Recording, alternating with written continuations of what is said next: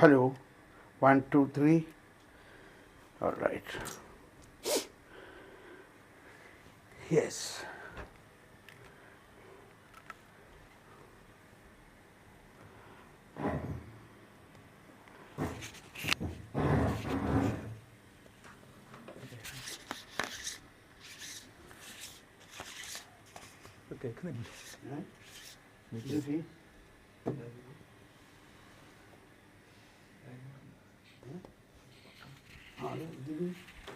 നെറ്റില്ല, അതുകൊണ്ടാണ് ഇത് കത്താത്തത്. യെസ്, നിങ്ങൾക്കെല്ലാവർക്കും എന്നെ കേൾക്കാമല്ലോ, മൈക്കില്ലാണ്ട് തന്നെ. എന്തില്ല,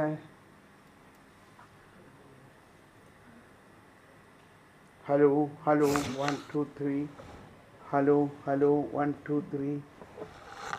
നമുക്കൊന്ന് സ്വതന്ത്രമായി സ്തുതിക്കാം, അപ്പോഴേക്കും മൈക്ക് ശരിയാവുമായിരിക്കും. Praise the lord. സ്തുതിക്കാമെന്ന് പറഞ്ഞോളൂ.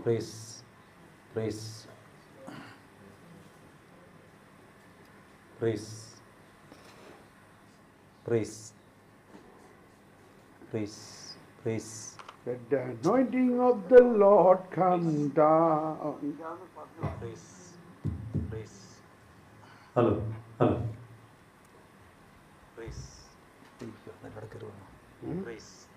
ഇവിടെ ഒന്ന് എന്നോട് പാട്, ഇവിടുന്ന് പഠിക്കോ, ഇവിടുന്ന് പഠിക്കോ. ആത്മാവേ പരിശുദ്ധാത്മാവേ, ആത്മാവേ പരിശുദ്ധാത്മാവേ, എൻ ഹൃദയത്തിൽ വാഴും ആത്മാവേ, നിറയണമേ എന്നിൽ നിറയണമേ. ആത്മാവേ പരിശുദ്ധാത്മാവേ, ആത്മാവേ പരിശുദ്ധാത്മാവേ, എൻ ഹൃദയത്തിൽ വാഴും ആത്മാവേ, നിറയണമേ എന്നിൽ നിറയണമേ. ജീവജലത്തിൻ അരുവിയാൽ നിറഞ്ഞു കവിഞ്ഞൊഴുകണമേ, ജീവജലത്തിൻ അരുവിയാൽ നിറഞ്ഞു കവിഞ്ഞൊഴുകണമേ. സ്നേഹാഗ്നിജ്വാലയാൽ എന്നിൽ കത്തിപ്പടരണമേ, സ്നേഹാഗ്നിജ്വാലയാൽ എന്നിൽ കത്തിപ്പടരണമേ. ആത്മാവേ പരിശുദ്ധാത്മാവേ, ആത്മാവേ പരിശുദ്ധാത്മാവേ,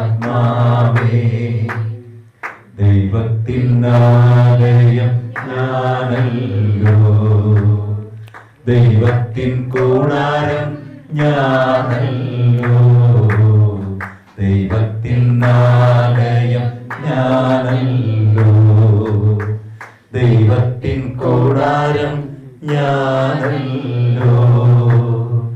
ദൈവജനം നാം, ദൈവമകൻ ഞാൻ, ദൈവത്തിൻ ഓമനക്കുട്ടൻ ഞാൻ. ദൈവജനം നാം, ദൈവമകൻ ഞാൻ, ദൈവത്തിൻ ഓമനക്കുട്ടൻ ഞാൻ. ആത്മാവേ പരിശുദ്ധാത്മാവേ, ആത്മാവേ പരിശുദ്ധാത്മാവേ, ദൈവവും മനുഷ്യനും ഒന്നായ നിമിഷം പാപിയാം ഞാൻ ദൈവ സുതനായി മാറി. ദൈവവും മനുഷ്യനും ഒന്നായ നിമിഷം പാപിയാം ഞാൻ ദൈവ സുതനായി മാറി. പിതാവെന്നോടുകൂടെ പുത്രനെന്നോടുകൂടെ സ്വർഗരാജ്യം എന്നിൽ തന്നെ. പിതാവെന്നോടുകൂടെ പുത്രനെന്നോടുകൂടെ സ്വർഗരാജ്യം എന്നിൽ തന്നെ. ആത്മാവേ പരിശുദ്ധാത്മാവേ, ആത്മാവേ പരിശുദ്ധാത്മാവേ.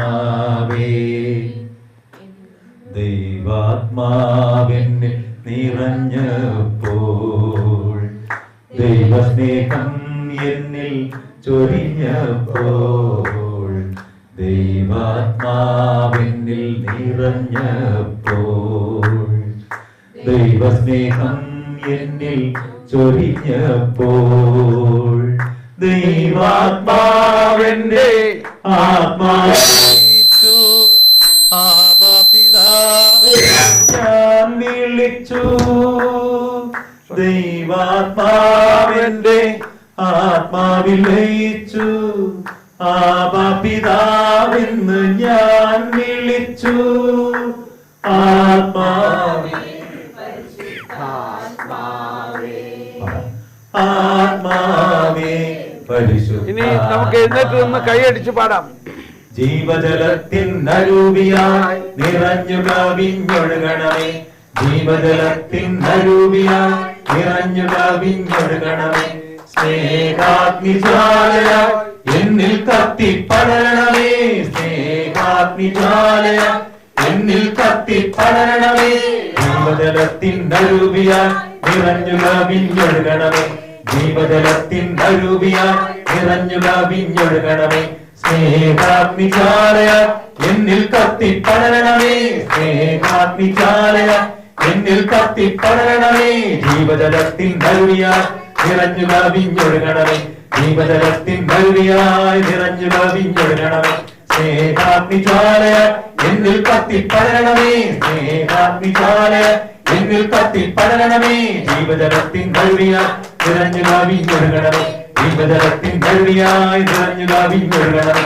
സ്നേഹാഗ്നിജ്വാലയായി എന്നിൽ കത്തിപ്പടരണമേ, സ്നേഹാഗ്നിജ്വാലയായി എന്നിൽ കത്തിപ്പടരണമേ, ജീവജലത്തിൻ അരൂപിയായി നിറഞ്ഞു കവിഞ്ഞൊഴുകണമേ, ജീവജലത്തിൻ അരൂപിയായി നിറഞ്ഞു കവിഞ്ഞൊഴുകണമേ, സ്നേഹാഗ്നിജ്വാലയായി എന്നിൽ കത്തിപ്പടരണമേ, സ്നേഹാഗ്നിജ്വാലയായി എന്നിൽ കത്തിപ്പടരണമേ, എന്നിൽ വാഴും ആത്മാവേ എന്നാത്മാവിൽ പടരണമേ, എന്നിൽ വാഴും ആത്മാവേ എന്നാത്മാവിൽ പടരണമേ, എന്നിൽ വാഴും ആത്മാവേ എന്നിൽ കത്തിപ്പടരണമേ, എന്നിൽ വാഴും ആത്മാവേ എന്നിൽ കത്തിപ്പടരണമേ, എന്നിൽ വാഴും ആത്മാവേ എന്നാത്മാവിൽ പടരണമേ, എന്നിൽ വാഴും ആത്മാവേ എന്നാത്മാവിൽ പടരണമേ. Hallelujah hallelujah hallelujah hallelujah hallelujah hallelujah hallelujah hallelujah hallelujah hallelujah hallelujah hallelujah hallelujah hallelujah hallelujah hallelujah hallelujah hallelujah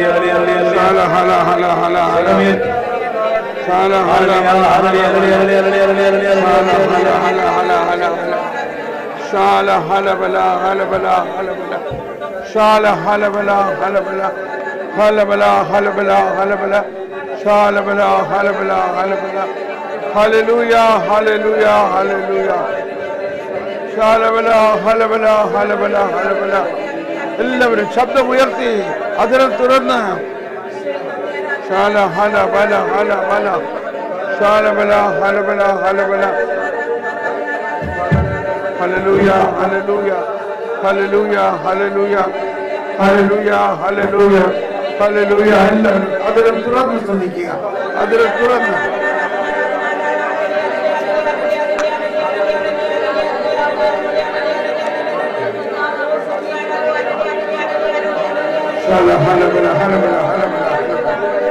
Come Holy Spirit, come Holy Spirit.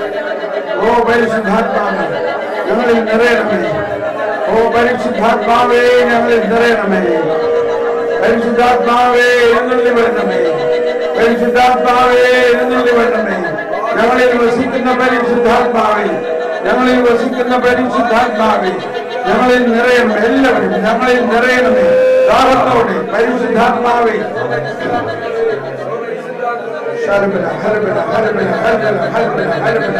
ഒരിക്കൽ കൂടി ശബ്ദം ഉയർത്തി ആദരം പരിശുദ്ധാത്മാവേ പരിശുദ്ധാത്മാവേ പരിശുദ്ധാത്മാവേ ഞങ്ങളിൽ വസിക്കുന്ന പരിശുദ്ധാത്മാവേ ഹരബല ഹരബല ഹരബല ഹരബല ഹല്ലബല ഹല്ലബല ഹല്ലബല ഹരബല ഹരബല ഹരബല ഹരബല ഹരബല ഹരബല ഹരബല ഹല്ലബല ഹരബല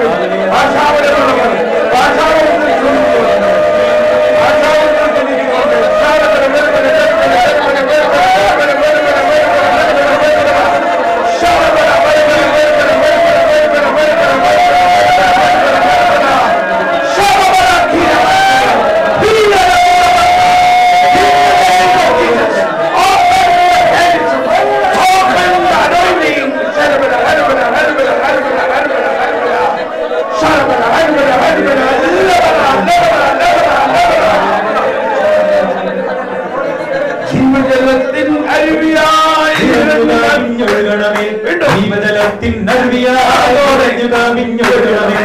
സ്നേഹാഗ്നിജ്വാലയാൽ എന്നിൽ കത്തി പടരണമേ. സ്നേഹാഗ്നിജ്വാലയാൽ എന്നിൽ കത്തി പടരണമേ. ജീവജലത്തിൻ നരുവിയായി ഉറഞ്ഞു കവിഞ്ഞൊഴുകണമേ. ജീവജലത്തിൻ നരുവിയായി ഉറഞ്ഞു കവിഞ്ഞൊഴുകണമേ. സ്നേഹാഗ്നിജ്വാലയാൽ എന്നിൽ കത്തി പടരണമേ. സ്നേഹാഗ്നിജ്വാലയാൽ എന്നിൽ കത്തി പടരണമേ. ജീവജലത്തിൻ നരുവിയായി നിറഞ്ഞു കവിഞ്ഞൊഴുകണമേ. ജീവജലത്തിൻ നരുവിയായി നിറഞ്ഞു കവിഞ്ഞൊഴുകണമേ. സ്നേഹാഗ്നിജ്വാലയാൽ എന്നിൽ കത്തി പടരണമേ. സ്നേഹാഗ്നിജ്വാലയാൽ എന്നിൽ കത്തി പടരണമേ. ജീവജലത്തിൻ നരുവിയായി നിറഞ്ഞു കവിഞ്ഞൊഴുകണമേ. ജീവജലത്തിൻ നരുവിയായി നിറഞ്ഞു കവിഞ്ഞൊഴുകണമേ. ജീവജലത്തിൻ നരുവിയായി നിറഞ്ഞു കവിഞ്ഞൊഴുകണമേ. പരിശുദ്ധാത്മാവേ, ഞങ്ങളിൽ വസിക്കുന്ന പരിശുദ്ധാത്മാവേ, എല്ലാവരും പരിശുദ്ധാത്മാവ് നമ്മളിൽ വസിക്കുന്നു. ആത്മാവേ, പരിശുദ്ധാത്മാവേ, എൻ ഹൃദയത്തിൽ വാഴും പരിശുദ്ധാത്മാവേ. നമ്മുടെ ഹൃദയത്തിൽ വാഴുന്നു പരിശുദ്ധാത്മാവേ. എല്ലാ വരദാനങ്ങളുമായിട്ട് വാഴുന്നു. നമുക്കായി എല്ലാ വരദാനങ്ങളും തുറക്കുന്നു. തുറക്കപ്പെടും. ചോദിക്കുവിൻ, നിങ്ങൾക്ക് ലഭിക്കും. അന്വേഷിക്കുവിൻ, നിങ്ങൾ കണ്ടെത്തും. പരിശുദ്ധാത്മാവിനെ പിതാവ് എത്രയധികമായി നൽകുകയില്ല, എത്രയധികമായി നൽകുകയില്ല. അവനില്ലാതെ അവൻ നല്ല ആത്മാവിനെ നൽകുന്നത്, അവൻ നല്ല ആത്മാവിനെ നൽകുന്നത്.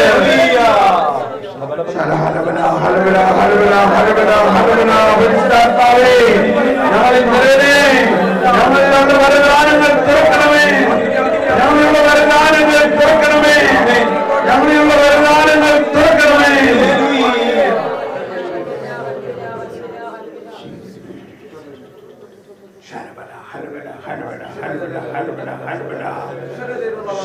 ഇപ്പൊ ഒരു പ്രവചനം വരുന്നുണ്ട്. പ്രവചനവരം തുറക്കപ്പെടുന്നു. പ്രവചനവരം തുറക്കപ്പെടുന്നു. എല്ലാവരിലും പ്രവചനവരം തുറക്കപ്പെടുന്നു. ശ്രദ്ധിക്കുക, ശ്രദ്ധിക്കുക.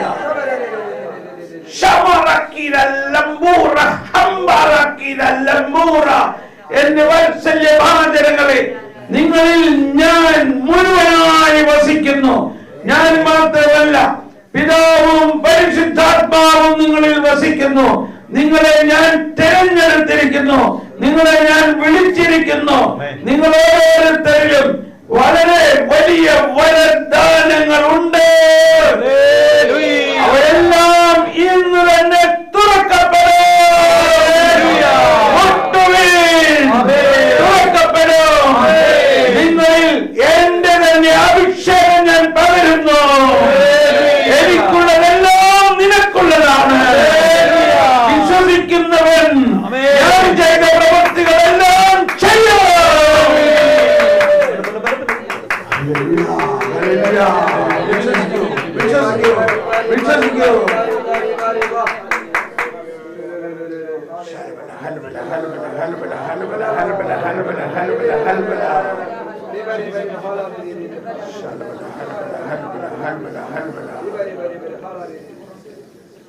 Praise the Lord. ഇരിക്കാം. ലൂക്കായുടെ സുവിശേഷത്തിന്റെ അവസാനത്തെ വാക്കിതാണ്. അവർ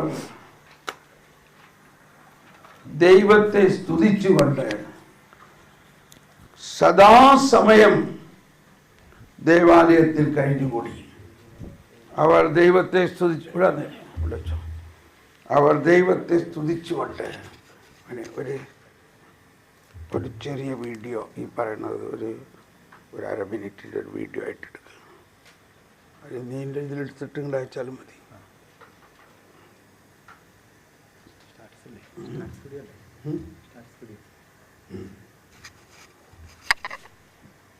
Jesus said, "Whoever believes in me shall do all that I do and greater things than I do." എന്നിൽ വിശ്വസിക്കുന്നവൻ ഞാൻ ചെയ്ത പ്രവൃത്തികളും അവയേക്കാൾ വലിയവയും ചെയ്യും. Praise the Lord. At the end of Luke's Gospel, It ends with this word, they were continually praising God in the temple. അവർ സദാസമയം ദൈവത്തെ സ്തുതിച്ചുകൊണ്ട് ദേവാലയത്തിൽ കഴിഞ്ഞുകൂടി. Praise the Lord. അതുകൊണ്ട് നമുക്കൊന്നുകൂടി സ്തുതിച്ചാലോ? നമ്മളുടെ സ്തുതി പോരാ, കുറച്ചുകൂടി ഒന്ന് സ്തുതിച്ചാലോ? നിർത്തരുത്, കണ്ടിന്യൂലി കുറച്ച് സമയം നമുക്ക് അങ്ങ് സ്തുതിക്കാം. അതാണ് പെന്തക്കോസ്ത സമയത്തുണ്ടായത്. 9 ദിവസം 9 days they were continually praising God. Shalabala halabala halabala halabala shalabala halabala halabala halabala shalabala halabala halabala halabala halabala halabala sudikam shalabala halabala halabala halabala halabala halabala shalabala halabala halabala halabala halabala shalabala halabala halabala halabala. Praise you, Jesus. Thank you, Jesus. Shalabala halabala halabala halabala halabala.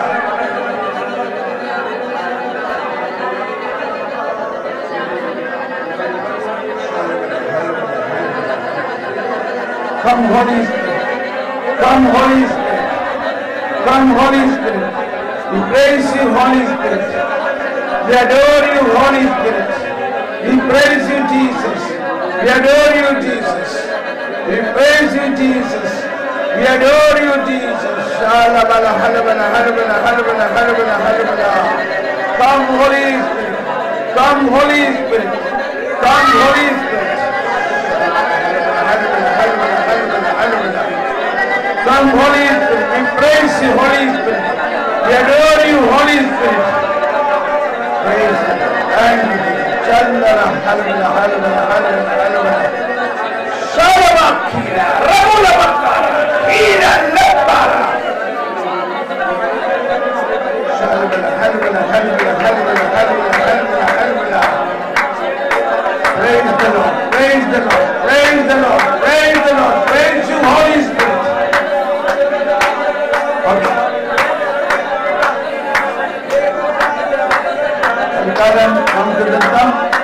Thank you. Thank you. Thank you. Thank you. Amen. Amen. Amen. Amen. Amen. Amen. Thank you. Thank you. Thank you. Okay.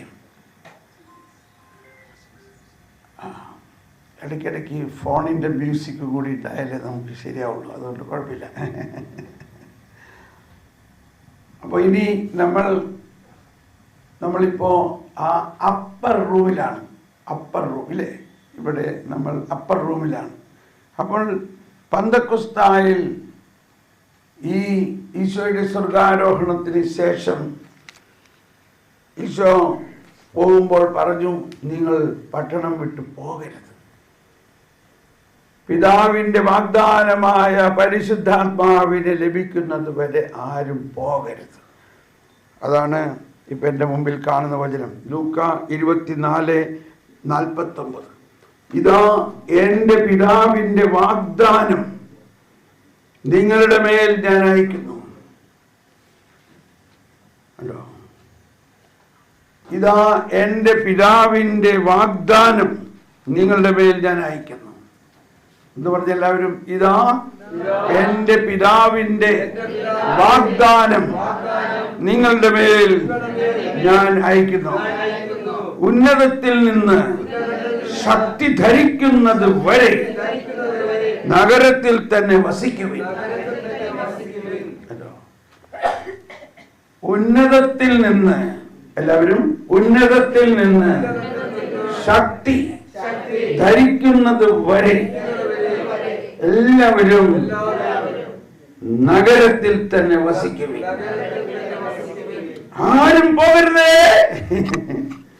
കേട്ടോ, ഒന്ന് ചിന്തിച്ച്, നമ്മൾ ക്രിസ്ത്യാനികളാണെങ്കിലും ഈ ഉന്നതത്തിൽ നിന്നുള്ള ശക്തി നമ്മൾക്ക് നൽകിയിട്ടുണ്ടെങ്കിലും നമുക്കതിനെക്കുറിച്ച് പൂർണ്ണ വിവരമുണ്ടോ? അതിനെങ്ങനെ ഉപയോഗിക്കണം, അതിലെന്തെല്ലാം അടങ്ങിയിരിക്കുന്നു? ഈശോ പറയാണ്, ഇതാ എൻ്റെ പിതാവിൻ്റെ വാഗ്ദാനം നിങ്ങളുടെ മേൽ ഞാൻ അയക്കുന്നു. നമ്മൾ വല്ലതും ചോദിച്ചിട്ടാണോ? നമ്മൾ ഉപവസിച്ച് പ്രാർത്ഥിച്ചിട്ടാണോ? നമ്മൾ നൊവേന ചൊല്ലിയിട്ടാണോ? ക്ഷമിക്കണേ. നമ്മൾ വേറെ എന്തൊക്കെയാണ്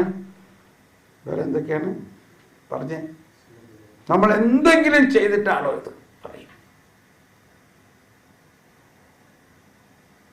അപ്പോ നമ്മുടെ ഒരു കണക്ക് കൂട്ടൽ, ഞാൻ എന്തെങ്കിലും ചെയ്യണ്ടേ, എന്നാലല്ലേ ഇത് ശരിയാവുള്ളൂ. ഇവിടെ പറയുന്നത് എൻ്റെ പിതാവിൻ്റെ വാഗ്ദാനം. അതുകൊണ്ട് പറഞ്ഞേ, ഇതാ എൻ്റെ പിതാവിൻ്റെ വാഗ്ദാനം നിങ്ങളുടെ മേൽ ആരയക്കുന്നു? ഞാൻ അയക്കുന്നു. ആദ്യം നമ്മൾ പഠിക്കേണ്ട ഒരു പുതിയതല്ല, പഴയ കാര്യങ്ങൾ തന്നെയാണ്. ദൈവത്തിൻ്റെ വചനം പരാജയപ്പെടുമോ? പെടുമോ? കർത്താവ് പറഞ്ഞാൽ അത് സംഭവിക്കും. അതെവിടെ എഴുതിയിരിക്കണേ? ദൈവത്തിൻ്റെ വചനം പരാജയപ്പെടില്ല എന്നുള്ളത് എവിടെ എഴുതിയിരിക്കണേ? റോമർ 9:6. ഇത് നമ്മളിനി കേൾക്കാൻ പോകുന്നതും നമ്മളിലൂടെ തന്നെ ദൈവം പ്രവചിക്കാൻ പോകുന്നതും സത്യമാണെന്നും അത് ദൈവം തന്നെ നടപ്പാക്കുമെന്നുള്ള ഒരു വിശ്വാസം നമുക്ക് വേണം. റോമർ 9:6.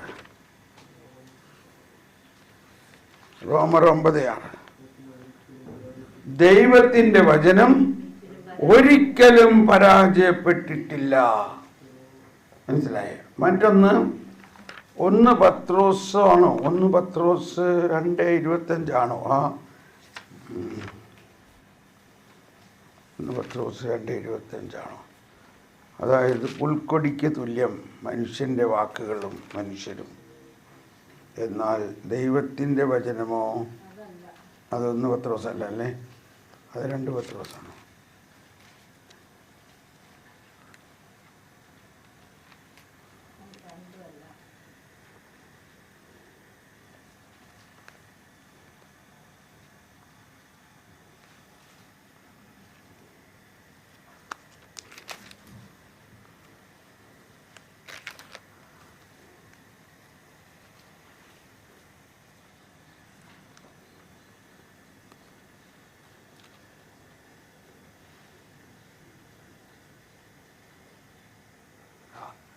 ഒന്ന് പത്രോസ് 1:23. 1 പത്രോസ് 1:23. നിങ്ങൾ വീണ്ടും ജനിച്ചിരിക്കുന്നത് നശ്വരമായ ബീജത്തിൽ നിന്നല്ല, അനശ്വരമായ ബീജത്തിൽ നിന്നാണ്,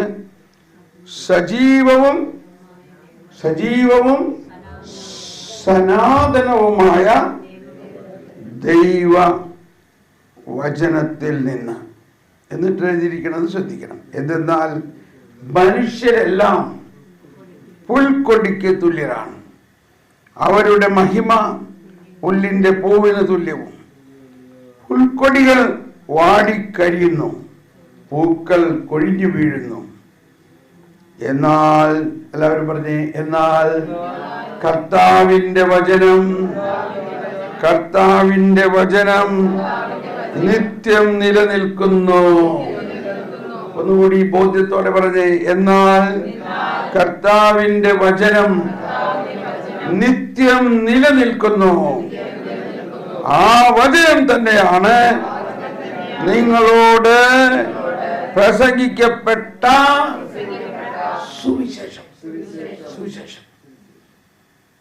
അപ്പൊ ഇവിടെ ഒരു കാര്യം മനസ്സിലാക്കണം. ഈ ബൈബിള് മുഴുവനും സുവിശേഷമാണോ? അതെയോ?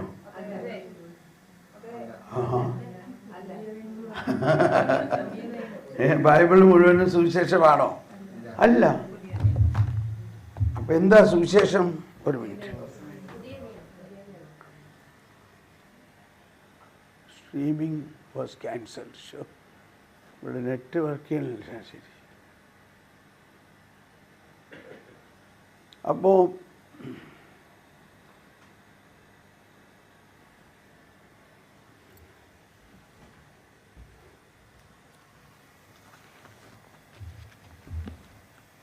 Hello hello.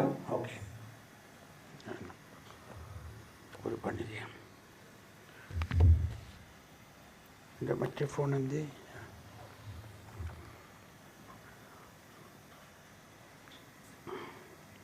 ഇവിടുത്തെ വൈഫൈയിൽ ആരും കണക്ട് ചെയ്യണ്ട. കാരണം അപ്പോൾ ഈ സ്ട്രീമിങ്ങിൻ്റെ ബാൻഡ് വിഡ്ത്ത് പോകുന്നു. അതാ പ്രശ്നം.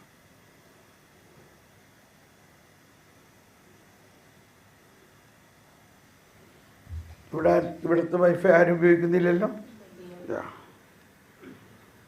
ഞാൻ എൻ്റെ ഒരു ഫോണിൽ അതാ ഉപയോഗിച്ചാണ്, അത് മാറ്റാം. സോറി, ആദ്യത്തെ ദിവസം ഇങ്ങനെയൊക്കെ കുറച്ച് ടെക്നിക്കൽ പ്രോബ്ലംസ് ഒക്കെ നമുക്കുണ്ടാവും. എല്ലാ സ്ഥലത്തും നമ്മൾ പുതിയ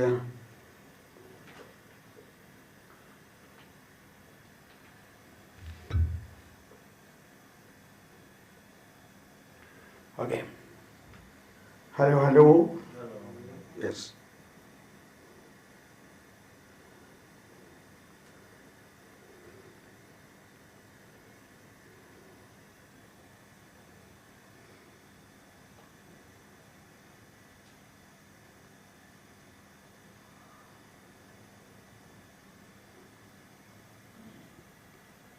Yes.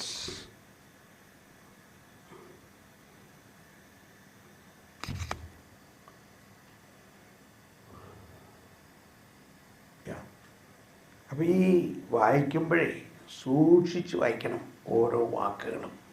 എന്താണ് ഇവിടെ പൗലോസല്ല പത്രോസ് തന്നെ പറയണത്. ഇപ്പോൾ പത്രോസ് പറഞ്ഞു, എന്ത് പറഞ്ഞു? ആ വചനം തന്നെയാണ് നിങ്ങളോട് പ്രസംഗിക്കപ്പെട്ട സുവിശേഷം. അപ്പോൾ ബൈബിളിലെ മറ്റ് വചനങ്ങളും ദൈവവചനം തന്നെയാണ്, പക്ഷേ അത് സുവിശേഷമല്ല. സുവിശേഷം എന്ന് പറഞ്ഞാൽ ദൈവവചനം മനുഷ്യനായി ഭൂമിയിൽ അവതരിച്ചു. ഈ മനുഷ്യരെ എല്ലാം തൻ്റെ ശരീരത്തിൽ ഏറ്റെടുത്തു. എന്നിട്ട് നമ്മൾ അടങ്ങുന്ന ആ ശരീരവും ആത്മാവുമായ ഈശോ നമ്മളുടെ മുമ്പിൽ വന്നിട്ട് വചനം തന്നെയായ ഈശോ ഈ രക്ഷാകര രഹസ്യങ്ങളെ മുഴുവനും ഉള്ളിൽ ഉൾപ്പെടുത്തിക്കൊണ്ട് പ്രഘോഷിക്കുക. അതാണ് സുവിശേഷം. വെൽക്കം. നിങ്ങളെയൊക്കെ കുറേ നേരമായി നോക്കിയിരിക്കണം. Thank you. എപ്പോഴെങ്കിലും വന്നല്ലോ. അപ്പോൾ ഈ സുവിശേഷം എന്ന് പറയുന്നത് തന്നെ നമ്മൾ മനസ്സിലാക്കിയിട്ടില്ല എന്ന് ഇപ്പോൾ മനസ്സിലായി. ക്ഷമിക്കണോട്ടോ, ഇത് നിങ്ങളോടല്ല എന്ന് വിചാരിച്ചോ. ഓക്കെ.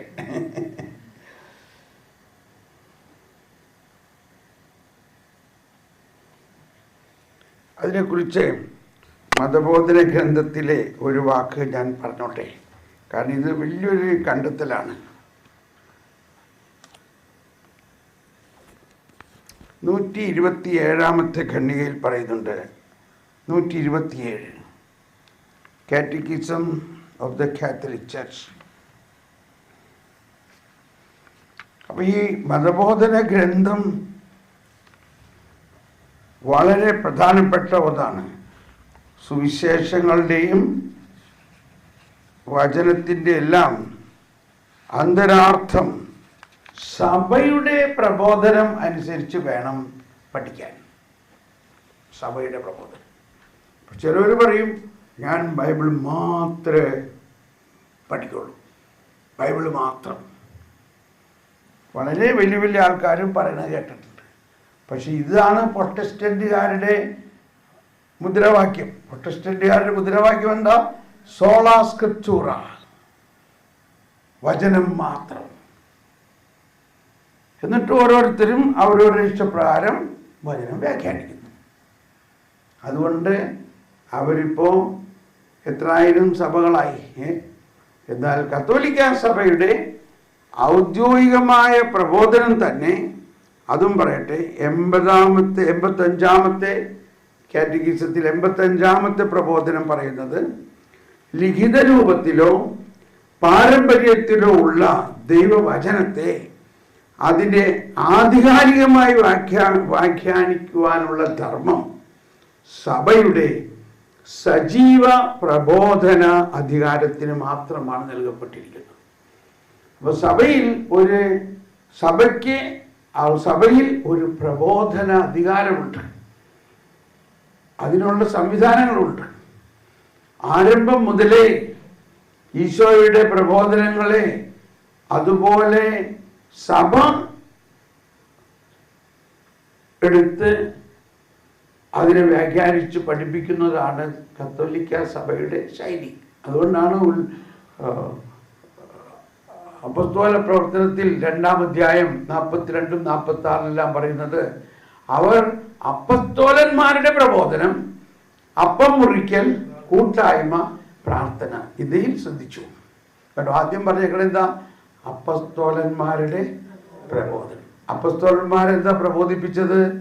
ഈശോ പറഞ്ഞ സുവിശേഷം, അതിൻ്റെ ഈശോ നൽകിയ വ്യാഖ്യാനം. ഈശോ 40 ദിവസം അവരോടൊപ്പം ഉയർത്തെഴുന്നേറ്റതിന് ശേഷം വസിച്ചു, അവരെ പഠിപ്പിച്ചു. അന്നേ മുതലുള്ള വ്യാഖ്യാനങ്ങളാണ് ഈ കാറ്റഗിസത്തിൽ പറയുന്നത്. ഓക്കെ, 127 ഒന്ന് വായിക്കാം. 127 പറയുന്നത് 4 സുവിശേഷങ്ങൾക്കും സഭയിൽ അനന്യമായ സ്ഥാനമാണുള്ളത്. ആരാധനക്രമം സുവിശേഷങ്ങൾക്ക് നൽകുന്ന ആദരവും എക്കാലത്തെയും വിശുദ്ധരുടെ ജീവിതത്തിൽ സുവിശേഷങ്ങൾ ചെലുത്തിയിട്ടുള്ള അനിതര സാധാരണമായ സ്വാധീനവും അത് വ്യക്തമാക്കുന്നു. അപ്പൊ ആരാധനക്രമം സുവിശേഷങ്ങൾക്ക് നൽകുന്ന അനന്യമായ സ്ഥാനം എന്ന് പറഞ്ഞാൽ എന്താ? ഇപ്പം നമ്മൾ ആരാധന നടത്തി, നമ്മൾ വിശുദ്ധ കുർബാന, ഇപ്പോൾ വിശുദ്ധ കുർബാനയിൽ പഴയ നിയമ വായനയുണ്ട്, സങ്കീർത്തനങ്ങളുണ്ട്, ലേഖന ഭാഗമുണ്ട്.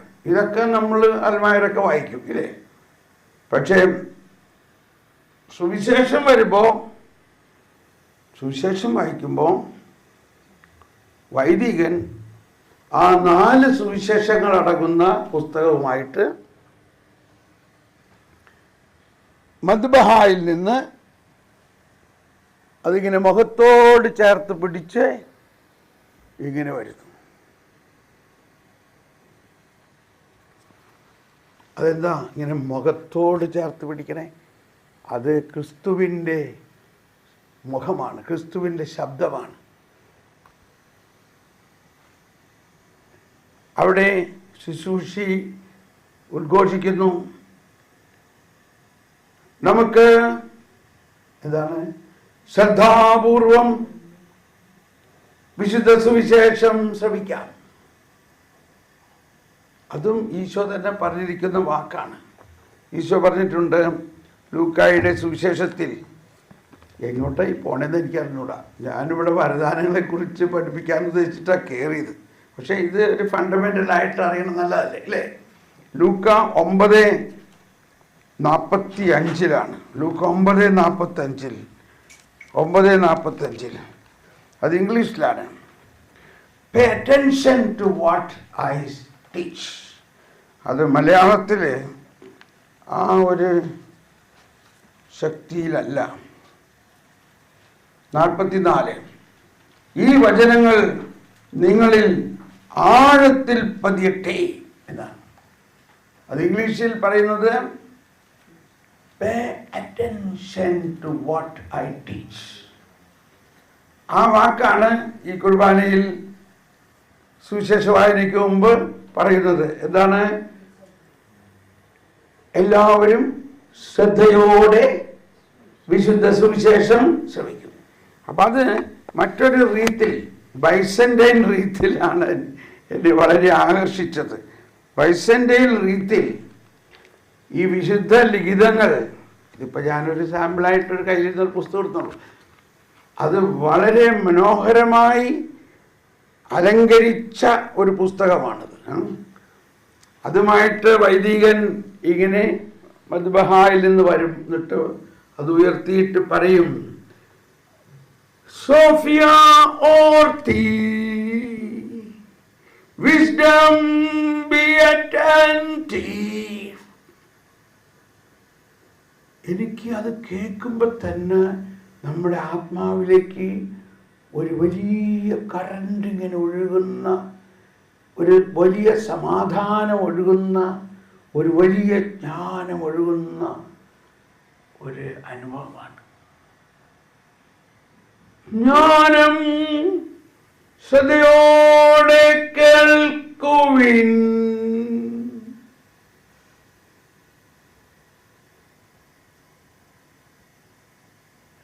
ഇപ്പൊ തന്നെ നമുക്ക് എന്തോ ഫീൽ ചെയ്യുന്നുണ്ടില്ലേ? ഇപ്പൊ ഇത് ഞാൻ പറയണ നേരത്ത് ഇല്ലേ ഇല്ലേ? അപ്പൊ ഈ 4 സുവിശേഷങ്ങൾ ഈശോ തന്നെ മനുഷ്യാവതാരം ചെയ്ത വചനമായ ഈശോ തൻ്റെ ശരീരത്തിലുള്ള മനുഷ്യരോട് പറയുന്ന ദൈവിക രഹസ്യങ്ങളാണത്. അത് കേൾക്കുമ്പോൾ തന്നെ സീറോ മലബാർ കുർബാന പുസ്തകം എടുക്കാമോ? വേണമെന്നില്ല, അല്ലേ എടുത്തോ, ഒരെണ്ണം എടുത്തോളൂ. ഇടയ്ക്ക് ഞാൻ അതിനകത്ത് ഇങ്ങനെ, അപ്പോൾ അതിൽ റാസാക്രമത്തിൽ ഈ വചനം വായിക്കുന്നതിന് മുമ്പുള്ള ഒരു ആമുഖ ഗീതത്തിൽ പറയാണ്, താങ്ക് യു വെരി മച്ച്.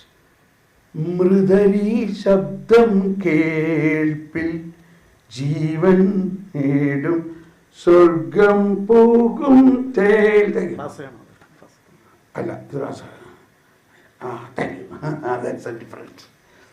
അതാണ് ഈ പുസ്തകം ഇങ്ങനെ കണ്ടാൽ മാത്രം ഒരു റാസാക്രമത്തിലാണ് ഇതുള്ളത്. Thank you Sebastian. അപ്പോൾ ഇവിടെ മൃദരീഷ് വിശ്വാസികളെ കേൾപ്പിൻ,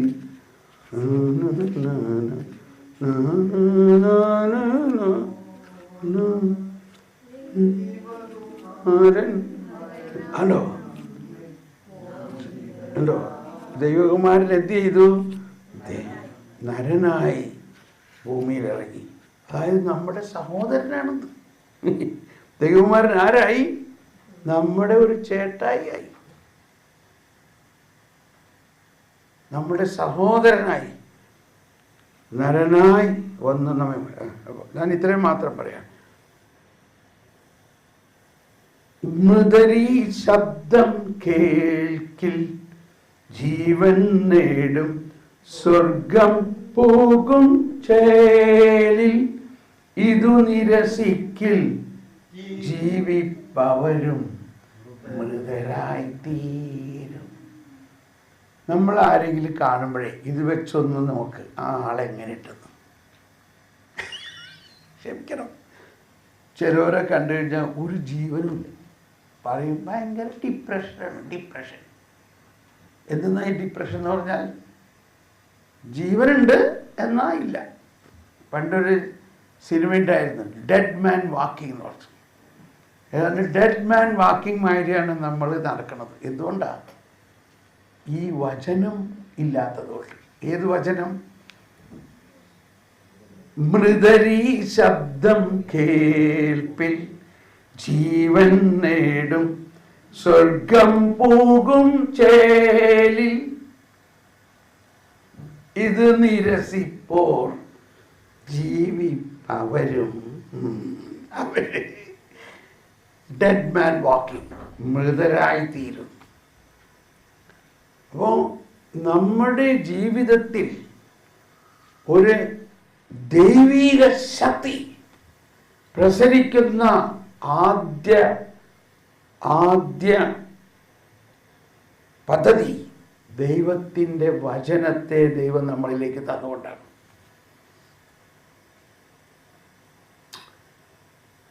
ഒരിക്കൽ നമ്മൾ ഈ കാറ്റഗിസത്തിൻ്റെ ഞാനൊരു ഓൺലൈൻ കാറ്റഗിസം സ്കൂൾ ഉണ്ടായിക്കൊണ്ടിരിക്കുകയാണ്. ഓൺലൈൻ കാറ്റഗിസം, അതായത് ഈ മതബോധന ഗ്രന്ഥം അനുസരിച്ചുള്ള ഒരു കാറ്റഗിസം കളരി.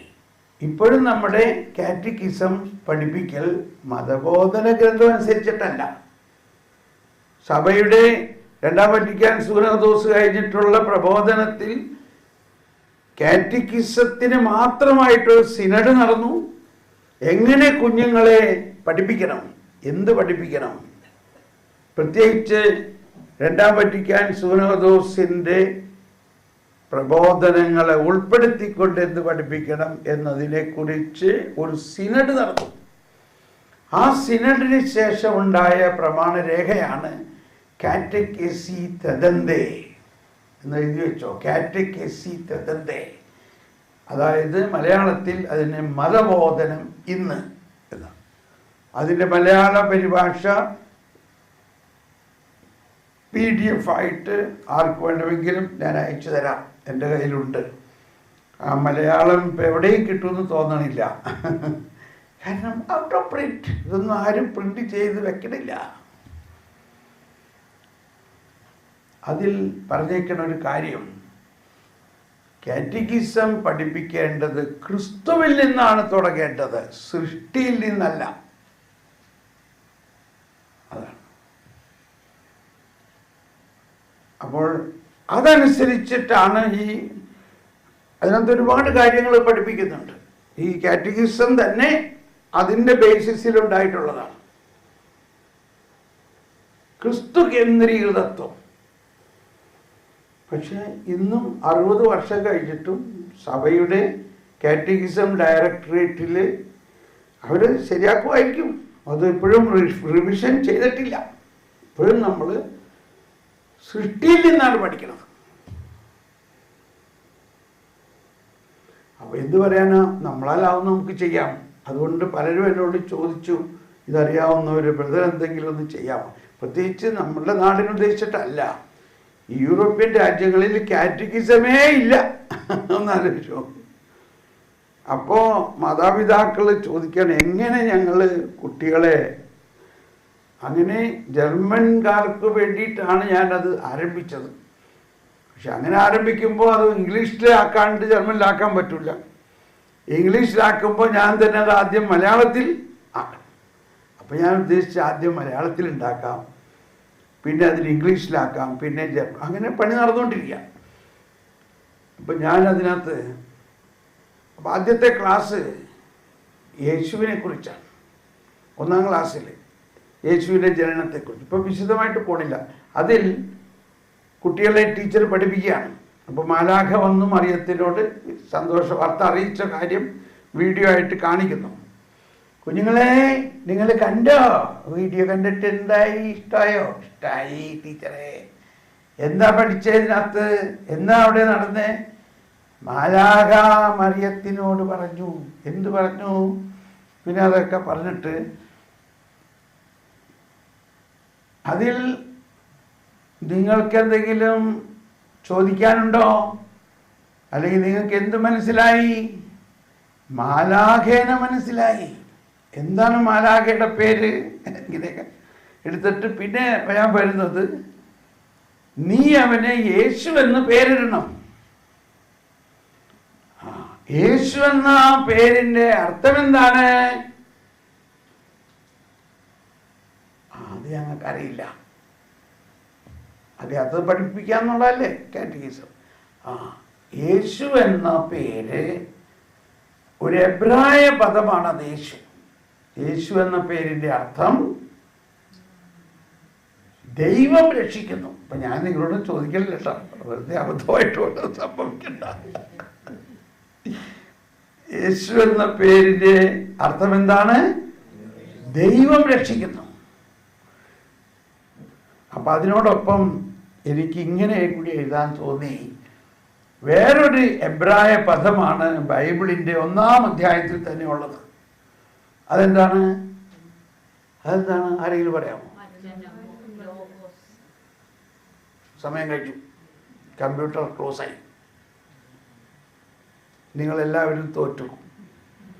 ബൈബിളിന്റെ ആദ്യ അധ്യായത്തിൽ തന്നെ പറഞ്ഞിരിക്കുന്ന ഒരു എബ്രായ പദം പൂഴിയിൽ നിന്നുണ്ടായ എന്നർത്ഥമുള്ള ആദമാ. ഫുട്നോട്ടിൽ നോക്കണം ഇതൊക്കെ. ബൈബിളിൽ പഠിക്കുമ്പോൾ ഫുട്നോട്ടിൽ നോക്കണം. ആദം അല്ലെങ്കിൽ ആദമ എന്ന വാക്കിൻ്റെ അതൊരു എബ്രായ പദമാണ്. അതിൻ്റെ അർത്ഥം പൂഴിയിൽ നിന്ന് ഉണ്ടായവൻ എന്നാണ്. അപ്പോൾ ഞാൻ ഇതും കൂടി എഴുതി. യേശു എന്നതൊരു എബ്രായ പദമാണ്. അതിൻ്റെ അർത്ഥം ദൈവം രക്ഷിക്കുന്നു. അതുപോലെ മറ്റൊരു എബ്രായ പദമാണ് ആദം.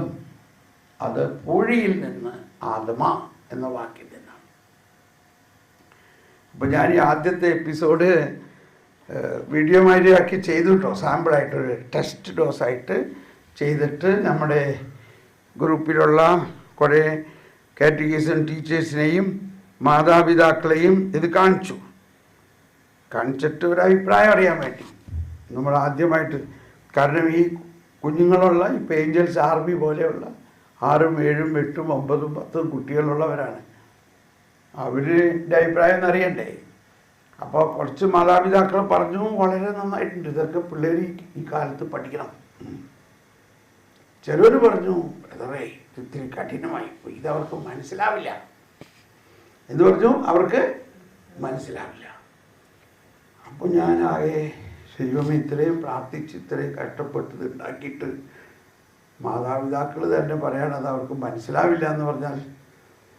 ഇപ്പം ഞാൻ വീണ്ടും ഈശോനോട് പ്രാർത്ഥിച്ചു, ഈശോ നിത്യാരാധന ചാപ്പലിൽ എഴുതിട്ട് ഈശോയോട് ഞാൻ കർത്താവേ ഞാൻ എന്ത് ചെയ്യണം? സഭയുടെ പ്രബോധനം പറയുന്നു ക്രിസ്റ്റോ സെൻട്രിക് ആയിരിക്കണം, ക്രിസ്തുവിൽ നിന്ന് ആരംഭിക്കണം. അപ്പോൾ ഇത് രണ്ടും ആദവും ക്രിസ്തുവും വാസ്തവത്തിൽ വളരെ പ്രധാനപ്പെട്ട രഹസ്യമാണ്. അതുകൊണ്ട് അങ്ങനെ തുടങ്ങട്ടെ. തുടങ്ങിക്കോ. അപ്പോൾ അവർ മനസ്സിലായില്ല എന്ന് പറയണം. അവർ മനസ്സിലാകണത് പഠിപ്പിക്കുന്നതാണോ കാറ്റഗിസം? കർത്താവ് പറയാ, ചില നേരത്തെ എന്നോട് ഈശോ വളരെ ഓമനത്വത്തോടെ സംസാരിക്കും. തോമാസേ ഇങ്ങനെ പറയും. അതെൻ്റെ അമ്മ എന്നെ വിളിക്കണ ഒരു ട്യൂണാണ്. അത് വിളിച്ചാൽ പിന്നെ എനിക്കറിയാം കർത്താവ് എന്തോ വളരെ പ്രധാനപ്പെട്ട കാര്യം പറയാം. ഇതൊക്കെ നിങ്ങൾ ദൈവസ്വരം കേൾക്കുമ്പോൾ ഉണ്ടാകാൻ പോണ സംഭവമാണ്. ഇന്നും നാളേക്ക് ഉണ്ടാവും. ഈശോ നിങ്ങളെ സാധാരണ പേര് വിളിക്കല്ല, നിങ്ങളുടെ ഓമനപ്പേര് വാത്സല്യത്തോടെ വിളിച്ച് സംസാരിക്കുമ്പോൾ നിങ്ങൾക്ക് ശരിക്കും മനസ്സിലാവും ഈശോ തന്നെയാണ് സംസാരിക്കണേന്ന്. അപ്പം അങ്ങനെ എന്നോട് വിളിച്ച് പറയാണ്, തോമാസേ ഞാൻ വിധവയുടെ വീട്ടിൽ, 9-ലെ വിധവയുടെ വീട്ടിൽ വന്നു. അവളുടെ മകൻ മരിച്ചു. അവളെ ആശ്വസിപ്പിക്കാൻ എന്ത് ചെയ്താലും അവളെ ആശ്വസിപ്പിക്കാൻ പറ്റുക? പറയും. മരിച്ചു കിടക്കണ ആ മകനെ ഉയർപ്പിച്ചു കൊടുക്കണം. ഞാൻ ആ ശവമഞ്ചത്തിൽ കൈവച്ചിട്ട് പറഞ്ഞു, young man I say to you rise, യുവാവേ ഞാൻ നിന്നോട് പറയുന്നു എഴുന്നേൽക്കുക. അവരെഴുന്നേറ്റു. Are you with me? എല്ലാവരും ഒന്ന് കൈവീശ്. ഉച്ചയ്ക്ക് ഊണ് കഴിഞ്ഞിട്ടുള്ളൊരു സമയമാണ്. അപ്പോൾ ഈശോ ചോദിക്കുകയാണ്, അവൻ എഴുന്നേറ്റത് എങ്ങനെയാ? അവന് ഞാൻ പറഞ്ഞത് മനസ്സിലായത് കൊണ്ടാണ് അവൻ എഴുന്നേറ്റ്. ഞാൻ പറഞ്ഞത് അവൻ മനസ്സിലായോ? അവൻ എഴുന്നേറ്റത് എന്തുകൊണ്ടാണ്? ഞാൻ പറഞ്ഞത് അവൻ മനസ്സിലായത് കൊണ്ടാണ് അവൻ എഴുന്നേറ്റ്. ദൈവമേ, ഇത് ഞാൻ ഒരിക്കലും ചിന്തിച്ചിട്ടില്ല. അപ്പോഴാണ് ഈ ഗാനം എൻ്റെ അകത്ത് നിന്നും മുഴക്കണ്ടേ. മൃദരി ശബ്ദം കേൾപ്പിൽ ജീവൻ നേടും സ്വർഗം പോകും തേലിൽ ഇതു നിരസിപ്പോൾ ജീവിപ്പവരും മൃതരായി തീരും. നമ്മളുടെ കാറ്റഗിസം പഠിപ്പിക്കുന്നതിൻ്റെ നമ്മൾ എന്തൊക്കെ പഠിപ്പിക്കുമ്പോഴും നമ്മൾ ഈ മനസ്സിലായത് പഠിപ്പിക്കുകയാണെങ്കിൽ 1-ാം ക്ലാസ്സിലുള്ള കുട്ടി 2-ാം ക്ലാസ്സിൽ ചെല്ലുമ്പോൾ അവനെന്ത് പഠിപ്പിക്കണം? മനസ്സിലായത് പഠിപ്പിക്കണം എന്നുണ്ടെങ്കിൽ 1-ാം ക്ലാസ്സിൽ തന്നെ വീണ്ടും പഠിപ്പിക്കണം അല്ലേ? 2-ാം ക്ലാസ്സിൽ അവൻ ഇപ്പോഴും പഠിച്ചിട്ടില്ലല്ലോ, അതവനെങ്ങനെ മനസ്സിലാവും? അപ്പൊ അതാണ് ക്രിസ്തു കേന്ദ്രീകൃതത്വം. ക്രിസ്തുവാണ് അവിടെ പഠിപ്പിക്കുന്നത്. ഈശോയാണ് ആ കാറ്റഗിസം ടീച്ചറിലൂടെയോ നമ്മളിലൂടെ ഈശോ തന്നെ തൻ്റെ വചനം തൻ്റെ അധരത്തിലൂടെ തൻ്റെ പരിശുദ്ധാത്മാവിലൂടെ മനുഷ്യന്റെ ആത്മാവിലേക്ക് തുളച്ചു കയറ്റുമ്പോൾ മരിച്ചവൻ പോലും ഉയർക്കും. ലാസറേ പുറത്തു വരിക. അവൻ മനസ്സിലാക്കിയത് കൊണ്ടാണ് അവൻ പുറത്തു വന്നത്. ഇതാണ് സുവിശേഷത്തിന്റെ പ്രത്യേകത. സുവിശേഷം പഠിക്കണം. സുവിശേഷ വചനങ്ങൾ നിങ്ങളെ ശുദ്ധീകരിക്കട്ടെ. സുവിശേഷത്തിൽ ഈശോ പറയുന്നതിന് ഇത്രയും വലിയ അർത്ഥവ്യാപ്തിയുണ്ടെന്ന് ഉൾക്കൊള്ളണം. ഒന്ന് സ്തുതിക്കാം. Hallelujah, hallelujah, hallelujah. Come holy spirit, come holy spirit. ഹലബല ഹലബല ഹലബല ഹലബല. ഒന്ന് എഴുന്നേറ്റ് സ്തുതിച്ചാലോ? ഒന്ന് എഴുന്നേറ്റ് സ്തുതിച്ചേ. Hallelujah, hallelujah, hallelujah. Come holy spirit. പരിശുദ്ധാത്മാവേ നിറയണേ, പരിശുദ്ധാത്മാവേ നിറയണേ, പരിശുദ്ധാത്മാവേ നിറയണേ, പരിശുദ്ധാത്മാവേ നിറയണേ. കൈയടിച്ച് കർത്താവെ സ്തുതിക്കാം. കർത്താവേ നന്ദി പറയുന്നു. ജീവന്റെ വചനത്തെ പ്രതി നന്ദി പറയുന്നു. വചനം തന്നെയായ യേശുവേ നന്ദി പറയുന്നു. ആമേൻ. ഇരിക്കാം, ഇരിക്കാം.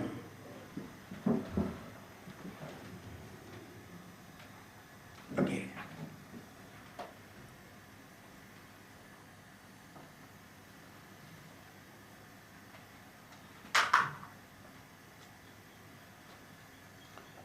ഒരുപാട് ആശയങ്ങൾ വരുന്നില്ല. ഞാനങ്ങ് കൺട്രോൾ ചെയ്യാൻ പോവാണ്. ഇപ്പം അതിന് പിന്നെ സംസാരിക്കാതെ ഇപ്പം ആദ്യം നമുക്ക് വരദാനത്തിലേക്ക് കയറാം. എൻ്റെ ഒരു കണക്ക് കൂട്ടൽ ഈ ഐറിഷുകാരോടൊക്കെ ഞാൻ പറയും, ആദ്യത്തെ 1 മണിക്കൂറിൽ തന്നെ നിങ്ങളിലുള്ള വരദാനത്തെ ഞാൻ കാണിച്ചു തരാം.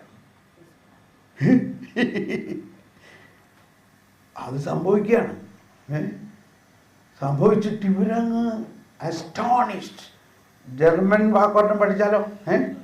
ഇവിടെയൊക്കെ വലിയ ബോർഡ് എഴുതി വെച്ചേക്കാണ്, ജർമ്മൻ പഠിക്കുക, ജർമ്മൻ പഠിക്കാൻ ഇന്നോടത്ത് ജോയിൻ ചെയ്യാൻ. ഒരു ജർമ്മൻ വാക്ക് പഠിക്കട്ടെ. ഉപരാശം. ഉപരാശം പറഞ്ഞേ. ഉപരാശം എന്ന് പറഞ്ഞാൽ ആശ്ചര്യപ്പെടുത്തി, സർപ്രൈസ്. എന്താണ് ഉപരാശം? എങ്ങനെ ഉണ്ടായിരുന്നു ധ്യാനം? ഉപരാശം, സർപ്രൈസ്. ഇനി അടുത്തൊരു മണിക്കൂറിനകത്ത് ഇത് സംഭവിക്കാൻ പോവുകയാണ്. മനസ്സിലായോ? ഉപരാശം. ഹല്ലേലൂയ. നിങ്ങളിലുള്ള, അപ്പോൾ നമ്മളുടെ ഈ വർക്ക്ഷോപ്പിൻ്റെ പ്രധാന തത്വം അല്ലെങ്കിൽ രഹസ്യം, നമ്മളെല്ലാവരിലും, ഇപ്പൊ പ്രവചനം വന്നല്ലോ, അതല്ലേ പറഞ്ഞത്, നമ്മളെല്ലാവരിലും നിരവധി വരദാനങ്ങളുണ്ട്. അതിനെക്കുറിച്ചറിയാത്തത് കൊണ്ട് നമ്മളുടെ ജീവിതം തന്നെ ഒരു ശക്തി ഇല്ലാതെ ഉറങ്ങിയും, ഫ്രാൻസിസ് മാർപ്പാപ്പ പറയാറുള്ള ഒരു ഹാസ്യ രൂപം ഇതാണ്, ഒരു മിസ്റ്റർ ആവലാതിയും മിസിസ് വേവലാതിയും. അതിൻ്റെ തർജ്ജമ ചെയ്തത് ബഹുമാനപ്പെട്ട ജോസ് മാണിപ്പറമ്പിലച്ചനാണ്.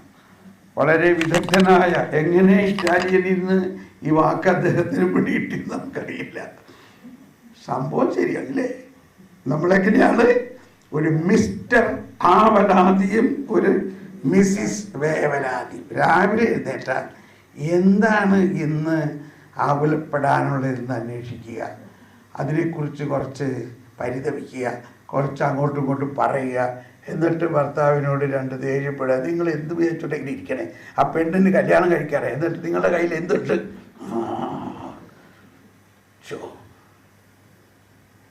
പിന്നെ അങ്ങേരെ എന്ത് പറയാം, അങ്ങേക്ക് പറയാവുന്നത് കുറെ പറഞ്ഞ് ദിവസം ഇങ്ങനെ തുടങ്ങാം. മിസ്റ്റർ ആവലാതിയും മിസിസ് വേവലാതി. അപ്പം അത് പറയുമ്പോൾ വീണ്ടും ഒരു വചനം വരാണ്, എനിക്കറിഞ്ഞൂടാ. ആദ്യം ഈ ആവലാതി മാറ്റാൻ, എന്നാലേ വരദാനം. അപ്പോൾ മത്തായിയുടെ സുവിശേഷത്തിലെ 6:33 എല്ലാവർക്കും അറിയാം. ഇത് 6:33, ആദ്യം അവിടുത്തെ രാജ്യവും അവിടുത്തെ നീതിയും അന്വേഷിക്കുക. അപ്പം അതിനെക്കുറിച്ച് വിശദീകരിക്കുന്നില്ല. പക്ഷെ അത് തന്നെ വലിയൊരു വിഷയമാണ്. പ്രത്യേകിച്ച് ഈ ശുശ്രൂഷ മേഖലയിലും വരദാനങ്ങൾ വളരണമെന്നുണ്ടെങ്കിൽ ഇതാണ് ആദ്യം അവിടുത്തെ രാജ്യം, ദൈവരാജ്യം. എന്താണ് ദൈവരാജ്യം? എന്താണ് ദൈവനീതി? ഓക്കെ, അത് പിന്നെ പഠിക്കാം. ഇവിടെ ഇപ്പോൾ അവലാതിയുടെ കാര്യമാണ് പറയുന്നത്. 6:34 അത് നമ്മൾ ശ്രദ്ധിച്ചിട്ടുണ്ടോ? 33 വരെയൊക്കെ എല്ലാവരും പഠിച്ചു. 34 എന്താ പറയണേ? അതിനാൽ എല്ലാവരും നാളെയെക്കുറിച്ച് നിങ്ങൾ ആകുലരാകരുത്. ഒന്ന് ഉച്ചത്തിൽ പറഞ്ഞേ, ആകുലരാകരുത്. ഒന്നുകൂടി പറഞ്ഞേ, അരുത്, അരുത്, അരുത്. നമ്മുടെ പിള്ളേര് തീയിൽ തൊടാനൊക്കെ പോകും, അരുത് അരുത് തൊടലേ എന്ന് പറയണമാതിരി ഈശോ പറയണത്. അരുത്. എന്തരുത്? ആകുലരാകരുത്. പള്ളി പറഞ്ഞാൽ മതി. നമുക്ക് കുറച്ച് ആകുലതൊക്കെ ആയില്ലെങ്കിൽ ഒരു സമാധാനമില്ല, ഇല്ലേ? ബ്രദർ എന്തി പറയണത്? നിങ്ങൾക്ക് ഞങ്ങളുടെ കാര്യം ഒന്ന് അറിഞ്ഞുകൂടാ? ഇങ്ങനെ ആൾക്കാർ നമ്മളെ കുറ്റം പറയാണ്. ഇനി അടുത്ത വചനം കേട്ടോട്ടോ. ഇത് വളരെ പ്രധാനപ്പെട്ട, നിങ്ങളെ ഇപ്പൊ തന്നെ ഉയർത്താൻ പോകുന്ന ഒരു വചനമാണ്. ഈശോ പറഞ്ഞ യഥാർത്ഥ സുവിശേഷമാണിത്. ഇപ്പൊ പറഞ്ഞു, ഇപ്പൊ ഈ കേട്ടതെല്ലാം ഇവിടെ അപ്ലൈ ചെയ്തോളൂ. അടുത്ത് പറയണത് നിങ്ങളൊരു വലിയ അത്ഭുതം കാണാൻ പോവുകയാണ്. നാളത്തെ പറഞ്ഞ്, നാളത്തെ ദിനം തന്നെ അതിനെക്കുറിച്ച് ആകുലപ്പെട്ടുകൊള്ളൂ. ഓരോ ദിവസവും അതതിന്റെ ക്ലേശം മതി. നാളത്തെ, ഒന്നുകൂടി പറഞ്ഞേ, നാളത്തെ. സാവധാനം പറയും. നാളത്തെ ദിനം തന്നെ അതിനെക്കുറിച്ച് ആകുലപ്പെട്ടുകൊള്ളൂ. ദിനം ആകുലപ്പെടുന്നോ? ദിനം ഒരു വ്യക്തിയാണോ? കണ്ടോ, ഇത് മനസ്സിലാവുമ്പോ എന്താ? ദിനം ആരാണ്? ദിനം ഒരു വ്യക്തിയാണ്.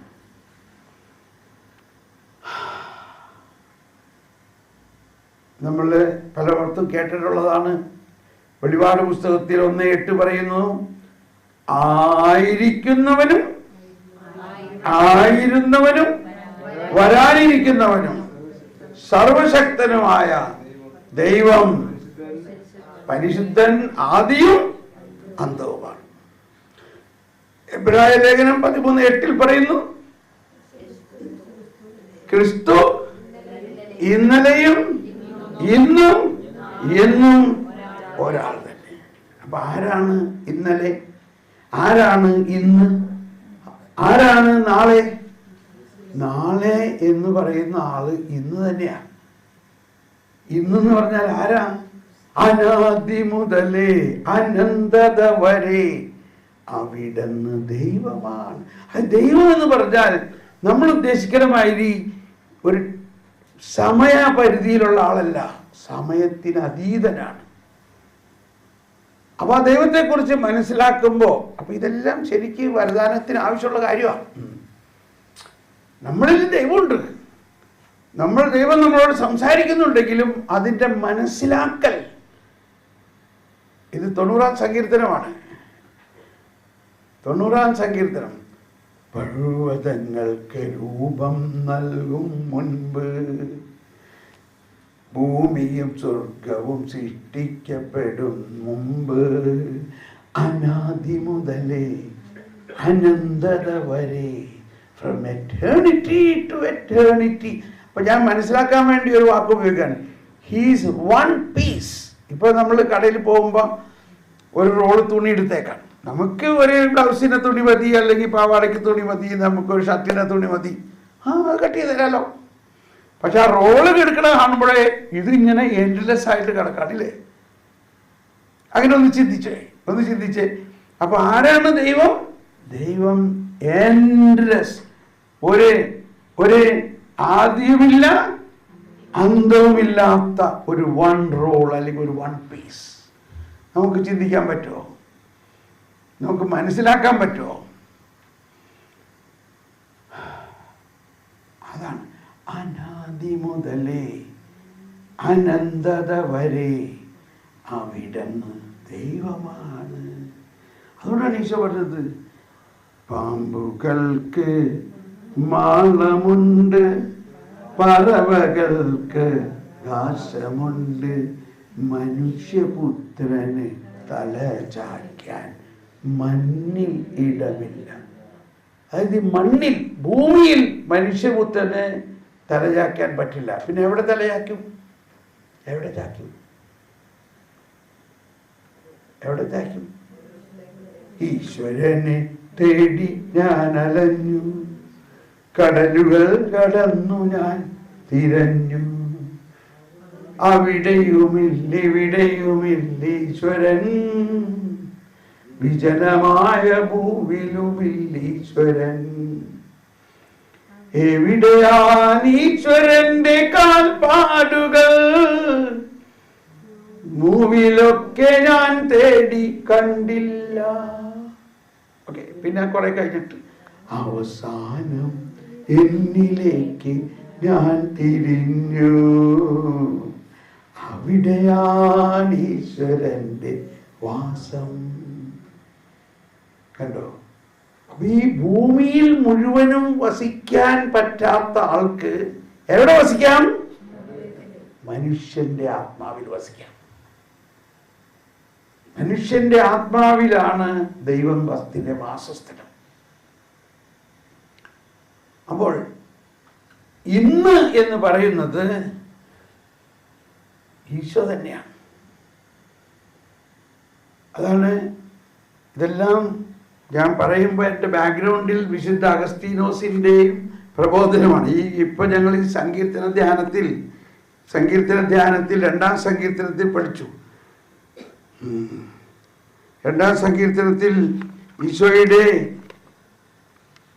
ദൈവപുത്രൻ, എങ്ങനെയാണ് ഈശോ ദൈവപുത്രനായത് എന്നുള്ളതും എങ്ങനെയാണ് മനുഷ്യാവതാരം ഉണ്ടായതിനെ കുറിച്ചുള്ള പ്രവചനമുണ്ട്. 2-ാം സങ്കീർത്തനത്തിലെ 6-ാമത്തെ പ്രവചനം, 6-ാമത്തെ വാക്യതാണ്, കർത്താവെന്നോട്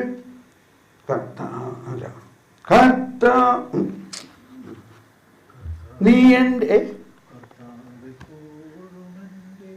അതല്ല നീ എൻ്റെ പുത്രനാണ്, ഇന്ന് ഞാൻ നിനക്ക് ജന്മം നൽകി. കണ്ടോ? കർത്താവ് അരുളിച്ച കിട്ടി, ഇവിടെ കിട്ടി 6.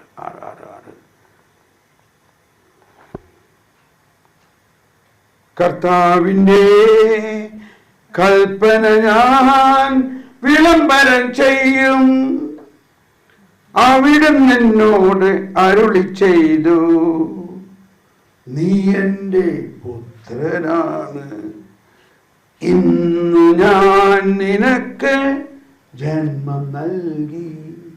അതാണ് ഇന്ന്. എന്നിട്ട് അഗസ്തീനോസ് പിതാവ് പറയാണ്, അതൊന്ന് വായിച്ചോളാം. അഗസ്തീനോസിന്റെ വ്യാഖ്യാനം, ഇന്ന് ഞാൻ നിനക്ക്, ആ ദിവസം, ഇന്ന് എന്ന് പറഞ്ഞ ആ ദിവസം പ്രവചനപരമായി യേശുവിനെ പറ്റി പറഞ്ഞിട്ടുള്ളതാണ്. ആ ദിവസം, ആ ഇന്ന് എന്ന് പറയുന്നത് പ്രവചനപരമായി യേശുവിനെ പറ്റി പറഞ്ഞിട്ടുള്ളതാണ്. എന്ന് പ്രവചിച്ചു? 1000 വർഷങ്ങൾക്ക് മുമ്പ് പ്രവചിച്ചേക്കാണ്. ഒന്ന് യേശുവിന്റെ വരാനിരിക്കുന്ന മനുഷ്യാവതാരത്തെ കുറിച്ച്, മറ്റൊന്നോ യേശു ആരായിരുന്നുവോ ആ അവസ്ഥയെക്കുറിച്ച്. യേശു ആരായിരുന്നു? അല്ലെങ്കിൽ ദൈവപുത്രനായിരുന്നു. എങ്ങനെ ദൈവപുത്രനായി? നമ്മൾ വിശ്വാസ പ്രമാണത്തിൽ പ്രഖ്യാപിക്കുന്നു, ബിഗോട്ടൻ നോട്ട് മെയ്ഡ്, ജനിച്ചവൻ എന്നാൽ സൃഷ്ടിക്കപ്പെട്ടവനല്ല. പിന്നെ എങ്ങനെ ഉണ്ടായി? എങ്ങനെ ഉണ്ടായി? അതാണ് ഞാൻ നിനക്ക് ജന്മം നൽകി. ഞാൻ നിന്നെ സൃഷ്ടിച്ചില്ല, സൃഷ്ടിക്കപ്പെടുകയല്ല. ചേട്ടനോടാ ക്ലാസ് ഭയങ്കര ഹൈ ലെവലിൽ പോവാണ്. എന്താണാവോ? നിങ്ങൾ മനസ്സിലാകണ്ടോ? മനസ്സിലാകണ്ടില്ലെങ്കിലും കുഴപ്പമില്ല. മനസ്സിലായോ? അവൻ എഴുന്നേറ്റിട്ട് മനസ്സിലായിട്ടാണോ? അല്ല. അപ്പോൾ മനസ്സിലാകാത്തതാണ് കേട്ടോ ഇപ്പോൾ വരണത്. വിഷമിക്കണ്ട. ഇത് ഞാൻ മനസ്സിലാക്കിയ കാര്യങ്ങൾ ഓർക്കുകയാണിത്. അവിടുന്നോട് അരുളി ചെയ്തു, നീ എൻ്റെ പുത്രനാണ്, ഇന്ന് ഞാൻ നിനക്ക്. അപ്പൊ എങ്ങനെയാണ് ദൈവപിതാവ് ദൈവപുത്രനെ ജനിപ്പിച്ചത്? അവിടുന്നോട് അരുളി ചെയ്തു. അപ്പൊ ഇത് ഹിന്ദിയിലെ ബൈബിൾ ഇങ്ങനെയാണ്. ആദിയിൽ വചനം ഉണ്ടായി എന്നുള്ളതിന് ഹിന്ദിയില് ഈ വചനം എന്ന് പറയുമ്പോൾ നമ്മൾ ആരും എഴുതിയ മാതിരി ഓർക്കണം, ഇല്ലേ? ആദിയിലുണ്ടായ വചനം എഴുതിയോ? ആരെങ്കിലും എഴുതിയതാണോ? അതാണ് ഹിന്ദി ബൈബിളിൽ ഇങ്ങനെയാ പറയുന്നത്, ആദിമേം ശബ്ദ था, शब्द ईश्वर के साथ था, शब्द ईश्वर ही था, सब कुछ उसके द्वारा बना गया, उसके बिना कुछ भी नहीं बना, उसमें जीवन था. किसमें? वो शब्द में. आ शब्दത്തിൽ जीवन ഉണ്ടായിരുന്നു. उस जीवन इंसान का ज्योति था.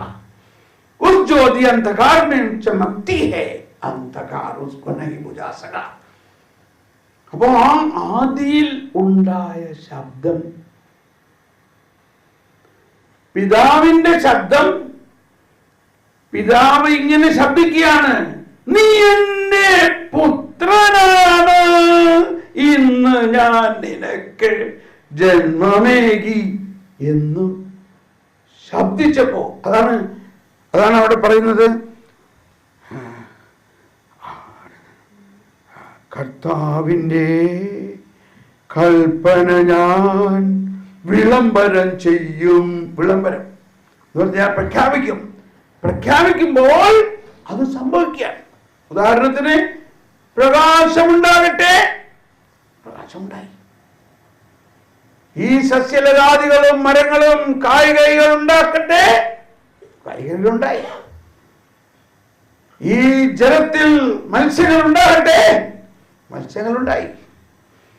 ഈ കരയിൽ ഇലിന്റെ മൃഗങ്ങൾ ഉണ്ടാകട്ടെ, മൃഗങ്ങളുണ്ടായി. വിളംബരം ചെയ്തു, വചനം പറഞ്ഞപ്പോൾ ഉണ്ടായി. ഇപ്പൊ ചുരുക്കി പറഞ്ഞ ഇപ്പോഴും പറഞ്ഞുകൊണ്ടിരിക്കുന്നത് ആ വചനത്തിന്റെ ക്രിയേറ്റീവ് പവർ. വചനത്തിന് ഒരു ക്രിയേറ്റീവ് പവർ ഉണ്ട്. ആദ്യം തന്നെ ആ ക്രിയേറ്റീവ് പവർ ഉപയോഗിച്ച് ദൈവപിതാവ് എന്ത് ചെയ്തു? തൻ്റെ പുത്രന് ജന്മം നൽകി.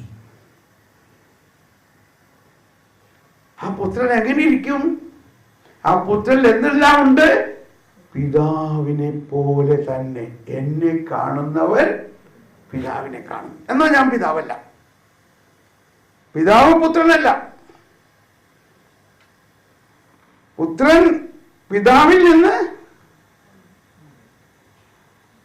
കൊളോസ് 1:15. കൊളോസോസ് 1:15 എന്താ?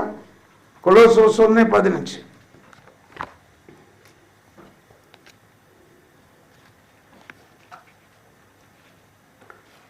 കൊളോസോസ് 1:15. അവൻ അദൃശ്യനായ ദൈവത്തിൻ്റെ പ്രതിരൂപം. Ditto, duplicate, exactly. അവൻ അദൃശ്യനായ ദൈവത്തിൻ്റെ പ്രതിരൂപവും എല്ലാ സൃഷ്ടികൾക്കും മുമ്പുള്ള ആദ്യജാതൻ.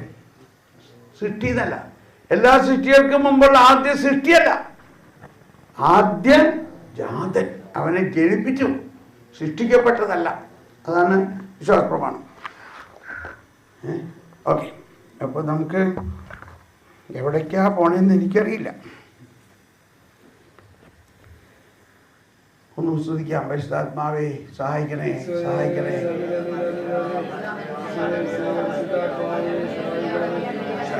Hallelujah, hallelujah, hallelujah. Come, Holy Spirit. Come, Holy Spirit. Okay. ഇപ്പൊ ക്ലിയറായി കേട്ടോ. ഇപ്പൊ ക്ലിയറായി. ഇപ്പൊ അടുത്ത വചനത്തിൽ ഈ പറഞ്ഞതിനെല്ലാം ക്ലാരിറ്റി കിട്ടും. യോഹന്നാൻ 14:10. യോഹന്നാൻ 14:10. അതായത് 12 മുമ്പ് അല്ലേ? 10 എന്ന് പറഞ്ഞാൽ 10 കഴിഞ്ഞിട്ടാണ് 11ഉം 12ഉം. 14-ാം അധ്യായത്തിൽ 10-ാമത്തെ വചനം പറയുന്നത്, ഞാൻ പിതാവിലും പിതാവ് എന്നിലും ആണെന്ന് നിങ്ങൾ വിശ്വസിക്കുന്നില്ലേ? ഇപ്പൊ ഈ പറഞ്ഞ ഞാൻ അവന് ജന്മം നൽകി, സൃഷ്ടിച്ചതല്ല. അപ്പൊ ആ പ്രിൻസിപ്പിൾ വെച്ച് തന്നെ എടുക്കാം. ഈശോടെ ഞാൻ പിതാവിലും പിതാവ് എന്നിലും ആണെന്ന് ഞാൻ പറയുന്നത് വിശ്വസിക്കുകയും. ഇതാണ് സുവിശേഷം എന്ന് പറയുന്നത്. വീണ്ടും നമ്മൾ അപ്ലൈ ചെയ്യാൻ പോവാണ്. കർത്താവിൻ്റെ വചനം പരാജയപ്പെടുമോ? അത് നുണയാണോ? എന്തുകൊണ്ട് നുണയല്ല? നുണയാകാൻ പറ്റുമോ? എന്തുകൊണ്ട് നുണയാകാൻ പറ്റില്ല? കർത്താവ് സത്യമാകുന്നു. He is the truth. ഞാനാകുന്നു സത്യം. സത്യം ഒരു വ്യക്തിയാകുന്നു. ഞാനാകുന്നു വഴിയും സത്യവും ജീവനും. ഞാനാകുന്നു സത്യം. അപ്പൊ ഈ പറഞ്ഞ മാതിരി സത്യം ഒരു വ്യക്തിയാണ്. അതുകൊണ്ട് കർത്താവ് പറഞ്ഞാൽ അത് അങ്ങനെ തന്നെ സംഭവിക്കും എന്ന് വിശ്വസിക്കണം. ഇനി അടുത്ത് വായിച്ചോളൂ. ഞാൻ പിതാവിലും പിതാവ് എന്നിലും ആണെന്ന് ഞാൻ പറയുന്നത് വിശ്വസിക്കുവിൻ. ശ്രദ്ധിച്ച് വായിക്കണം കേട്ടോ. നിങ്ങളത് വായിച്ചോളൂ, അടിവരയിട്ടോളൂ. അല്ലെങ്കിൽ പ്രവൃത്തികൾ മൂലം വിശ്വസിക്കുവിൻ. ഇനി പറയാണ്, ഇല്ലില്ല 10 വായിക്കേണ്ടത്. 10 11 10. ഞാൻ പിതാവിലും പിതാവ് എന്നിലും ആണെന്ന് നീ വിശ്വസിക്കുന്നില്ലേ? ശ്രദ്ധിക്കണം കേട്ടോ. ഇനി സൂക്ഷിച്ച് വായിക്കണം, സാവധാനം വായിക്കണം. ഞാൻ നിങ്ങളോട് പറയുന്ന വാക്കുകൾ, എല്ലാവരും, ഞാൻ നിങ്ങളോട് പറയുന്ന വാക്കുകൾ സ്വമേധയാ പറയുന്നതല്ല. സ്റ്റോപ്പ്. ഇനി ബൈബിളിൽ നിന്ന് കണ്ടെടുക്ക്. ഇപ്പൊ നമ്മളെന്താ ചിന്ത? സ്വമേധയാ പറയുന്നതല്ല. ഞാൻ പിതാവിലും പിതാവ് എന്നിലുണ്ട്. ഞാൻ പറയുന്നത് ഞാൻ സ്വമേധയാ പറയുന്നതല്ല. അപ്പൊ ആരാ പറയുന്നതാകാം? പിതാവ് പറയണതാകാം. ഇല്ലേ? അതാണ് നമ്മുടെ ചിന്ത. പക്ഷെ എന്താ അവിടെ എഴുതിയേക്കണെന്ന് നോക്കിയേ. എന്നിൽ വസിക്കുന്ന പിതാവ് തൻ്റെ പ്രവർത്തികൾ ചെയ്യുകയാണ്. പിതാവ് പറയുകയല്ല അവിടെ. പുത്രൻ ഒരു കാര്യം പറയുമ്പോൾ എന്തു സംഭവിക്കുന്നു? ഞാൻ സ്വമേധയാ പറയുകയല്ല. ശ്രദ്ധിക്കണോ കേട്ടോ. ഇത് മനസ്സിലാവില്ല, പക്ഷെ ഈ വചനം അകത്ത് തുളച്ച് കയറ്റി അതിനെ മനസ്സിലാക്കും. ഞാൻ സ്വമേധയാ പറയുന്നതല്ല, പിതാവ് ആരോ പറഞ്ഞില്ല പറയുന്നതാണെന്ന്. പിതാവ് പറയുന്നതാണോ? അല്ല. പിതാവ് പറയുന്നതാണോ? അല്ല. പിതാവ് തന്റെ പ്രവൃത്തി ചെയ്യുകയാണ്. ഇതുണ്ടോ? ഞാനത് പറഞ്ഞപ്പോൾ ഉടനെ ഇങ്ങനെ കൈയടിച്ചു പോയി. അതെന്തുകൊണ്ടാണെന്നറിയോ? അതൊരു കഹാനിയാണ്. CCC 292 അതിൽ പറയുന്ന ഒരു മനോഹര ശൈലി ഇതാണ്. ദൈവപിതാവ് സൃഷ്ടിക്കുന്നത്, അതായത് ത്രിത്വം മുഴുവനുമാണ് സൃഷ്ടിയിൽ പ്രവർത്തിക്കുന്നത്. ത്രിത്വം മുഴുവനും. 292. അപ്പൊ അതിന്റെ അവസാന ഭാഗം ഇങ്ങനെയാണ്. ഒരേ ഒരു ദൈവമേ ഉള്ളൂ. അവിടുന്ന് പിതാവാണ്, ദൈവമാണ്, സൃഷ്ടാവാണ്, വിധാതാവാണ്, ക്രമദായകനാണ്. സ്വയമാണ്, ശ്രദ്ധിക്കണം കേട്ടോ, അവിടുന്ന് സ്വയമായിട്ടാണ് സർവവും സൃഷ്ടിച്ചത്. അതായത് തൻ്റെ വചനവും വിജ്ഞാനവും വഴിയാണ് സകലത് സൃഷ്ടിച്ചത്. പുത്രനും പരിശുദ്ധാത്മാവും. അങ്ങനെ ഒരു മിനിറ്റ്, ഹലോ, ഇതൊന്ന് കേട്ടിട്ട് ഒരു മിനിറ്റ്, ഇത് വിട്ടുകളയല്ലേ, ഹോൾഡ് ഓൺ, ഓക്കെ, സോറി. അതായത് തൻ്റെ വചനവും വിജ്ഞാനവും, ഇനി രണ്ട് കൈ എടുത്ത് കണ്ടോ, വചനം റൈറ്റ് ഹാൻഡ്, വിജ്ഞാനം ലെഫ്റ്റ് ഹാൻഡ്. പുത്രൻ വലതുകരം, പരിശുദ്ധാത്മാവ് ഇടതുകരം. അപ്പോൾ പിതാവാണ് സൃഷ്ടിക്കുന്നതെങ്കിലും പിതാവിന് രണ്ട് കരങ്ങൾ പോലെയാണ് പുത്രനും പരിശുദ്ധാത്മാവും. അതെങ്ങനെയാണ്? വചനവും ജ്ഞാനവും. അപ്പോൾ എന്നിട്ട് രണ്ട് കരങ്ങളും പിതാവും പരിശുദ്ധാത്മാവും, പുത്രനും പരിശുദ്ധാത്മാവും അവിടുത്തെ കരങ്ങളാണെന്ന് പറയാം. സൃഷ്ടി പരിശുദ്ധ ത്രിത്വത്തിന്റെ പൊതുപ്രവൃത്തിയാണ്. അപ്പോൾ ഇപ്പോൾ ശ്രദ്ധിച്ചോട്ടോ, പ്രകാശമുണ്ടാകട്ടെ, എന്തുണ്ടായി? പ്രകാശമുണ്ടായി. പക്ഷേ വചനവും പരിശുദ്ധാത്മാവും, ശബ്ദം വേണം. എന്ത് ശബ്ദം ഉണ്ടായേ? പ്രകാശമുണ്ടാകട്ടെ. എന്തുണ്ടായി? പ്രകാശം. ഇനി പോവാം. അല്ല, ഇത് മിസ്സായാലേ ഭയങ്കര പോയിന്റാണിത്. ഇതൊക്കെ നിങ്ങൾ എവിടെയെങ്കിലും കേട്ടിട്ടുണ്ടോ? പറയും. അതായത് ഈ പ്രപഞ്ചം മുഴുവനും സൃഷ്ടിച്ചതിൻ്റെ, അപ്പൊ ഇതൊക്കെ സഭാപിതാക്കന്മാരുടെ പ്രബോധനമാണ്. ഒരാൾ ചോദിച്ചു, ഈ കാറ്റഗിസം ഏത് മാർപ്പാപ്പ ഉണ്ടാക്കിയതാ? എന്ത് പറയാനാ? ഇപ്പോൾ ഇന്നലെ ഒരു 21 വയസ്സായ ഒരു പെൺകുട്ടി ഗ്രാജുവേഷൻ എല്ലാം കഴിഞ്ഞ് ആയിട്ട് കുറച്ചായിട്ട് സംസാരിക്കാൻ കുറേ കാര്യങ്ങൾ ഞാൻ പറഞ്ഞു കഴിഞ്ഞപ്പോൾ, ഈ പരിശുദ്ധാത്മാവെന്ന് പറഞ്ഞാൽ എന്താ? എൻ്റെ കഥ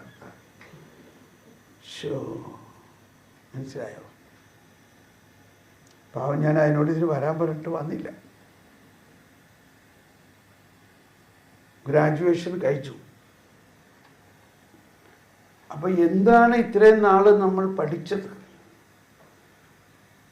എനിവേ, അപ്പൊ ഇതാണ് ലോകത്തിന്റെ അവസ്ഥ. അപ്പൊ ഇവിടെ എന്താണ് പഠിപ്പിക്കുന്നത് ഈശോ? പിതാവെന്നിലും ഞാൻ പിതാവിലുമാണെന്ന് നിങ്ങൾക്കറിയില്ലേ? ഞാൻ പറയുന്ന വാക്കുകൾ ഞാൻ സ്വമേധയാ പറയുന്നതല്ല എന്ന് പറഞ്ഞ്, എന്നിൽ വസിക്കുന്ന പിതാവ് തന്റെ പ്രവൃത്തി ചെയ്യാം. ഇതാണ് പ്രവചനപരം. കണ്ടോ? ഇപ്പൊ നമ്മള് വരദാനത്തിലേക്ക് വന്നോ? ഇപ്പൊ നമ്മളിനി ഉടനെ തന്നെ ഞാനൊരല്പം കൂടി കാര്യങ്ങൾ പറഞ്ഞിട്ട് നമ്മൾ സെബാസ്റ്റ്യൻ ചായ 4 മണിക്കാണോ? അല്ല, വേണമെന്നില്ല ചായ. നമുക്ക് അവിടെ ചായ വന്നിട്ടുണ്ടെങ്കിൽ നമുക്ക് 4 മണിക്ക് കുടിക്കാം. അത് കഴിഞ്ഞിട്ട് നമുക്ക് ഗ്രൂപ്പ് ഉണ്ടാക്കാം. ചായ നിങ്ങൾ ഉണ്ടാക്കണോ? അവിടെ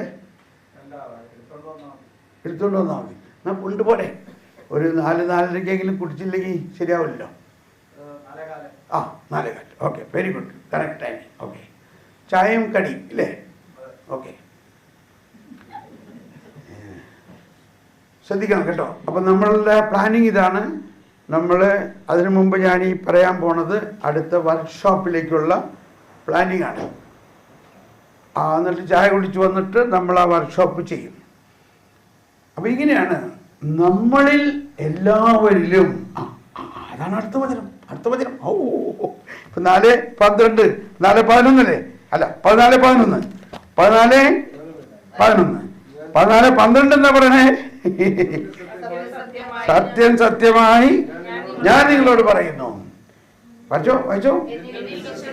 എന്നിൽ വിശ്വസിക്കുന്നവനും ഞാൻ ചെയ്യുന്ന പ്രവൃത്തികൾ ചെയ്യും. ഇത് സത്യമാണോ?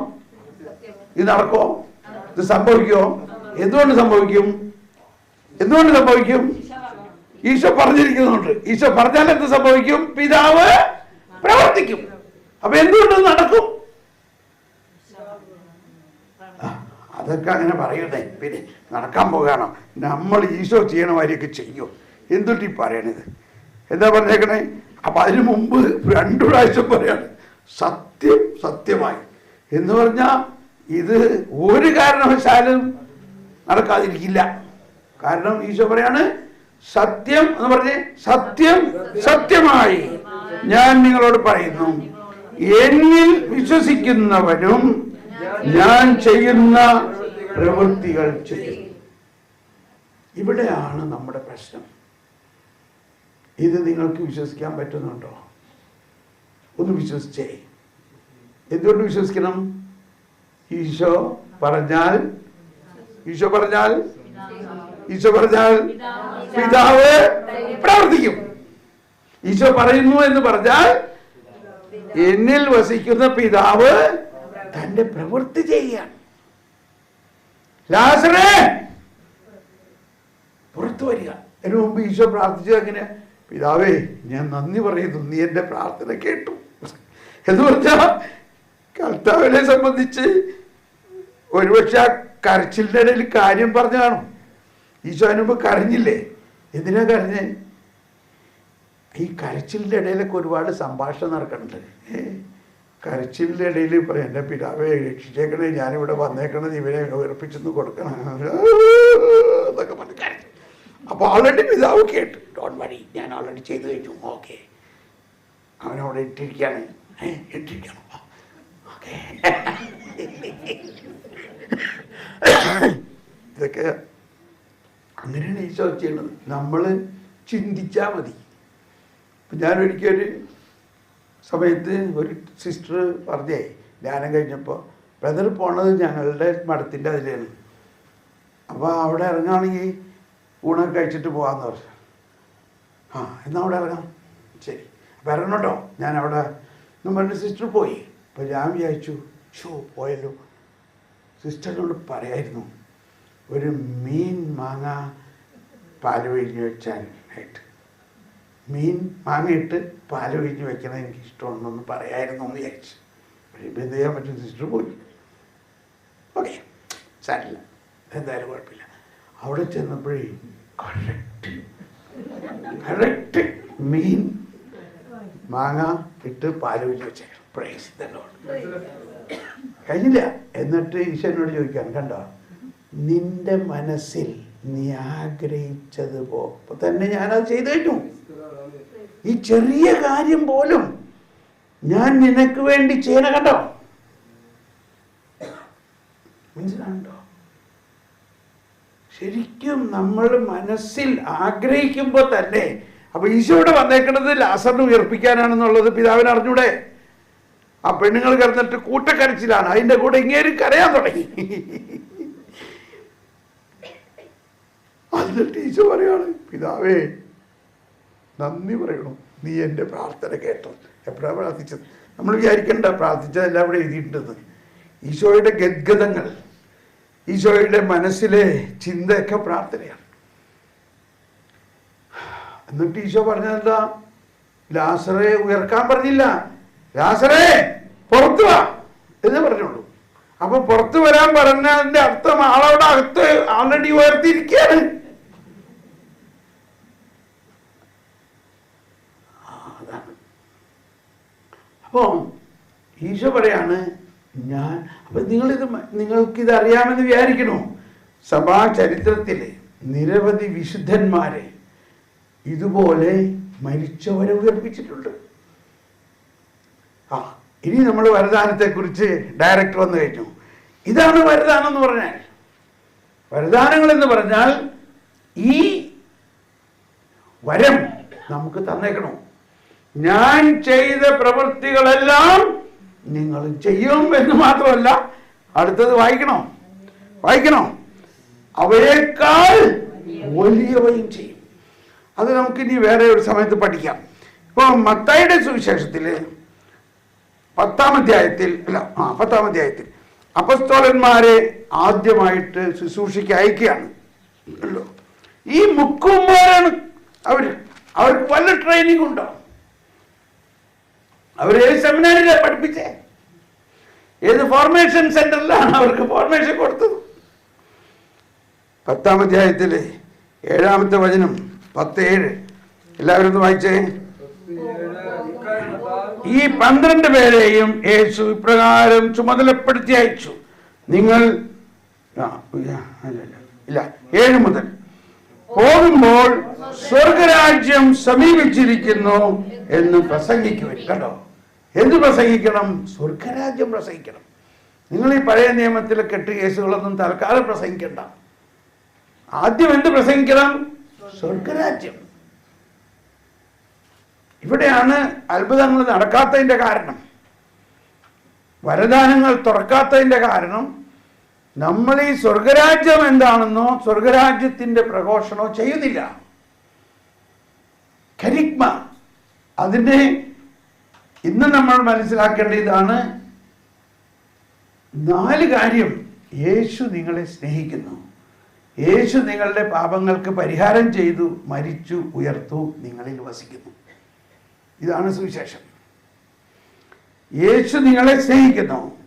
യേശു നിങ്ങളുടെ പാപങ്ങൾക്ക് പരിഹാരം ചെയ്തു, മരിച്ചു, ഉയർത്തു, നിങ്ങളിൽ വസിക്കുന്നു. 5 പോയിന്റ് തമ്പ് റൂൾ എന്ന് പറഞ്ഞ്, യേശു നിങ്ങളെ സ്നേഹിക്കുന്നു, യേശു നിങ്ങളുടെ പാപങ്ങൾക്ക് പരിഹാരം ചെയ്തു, മരിച്ചു, ഉയർത്തു, നിങ്ങളിൽ വസിക്കുന്നു. ഇതിനാണ് പറയുന്നത് കരിഗ്മ.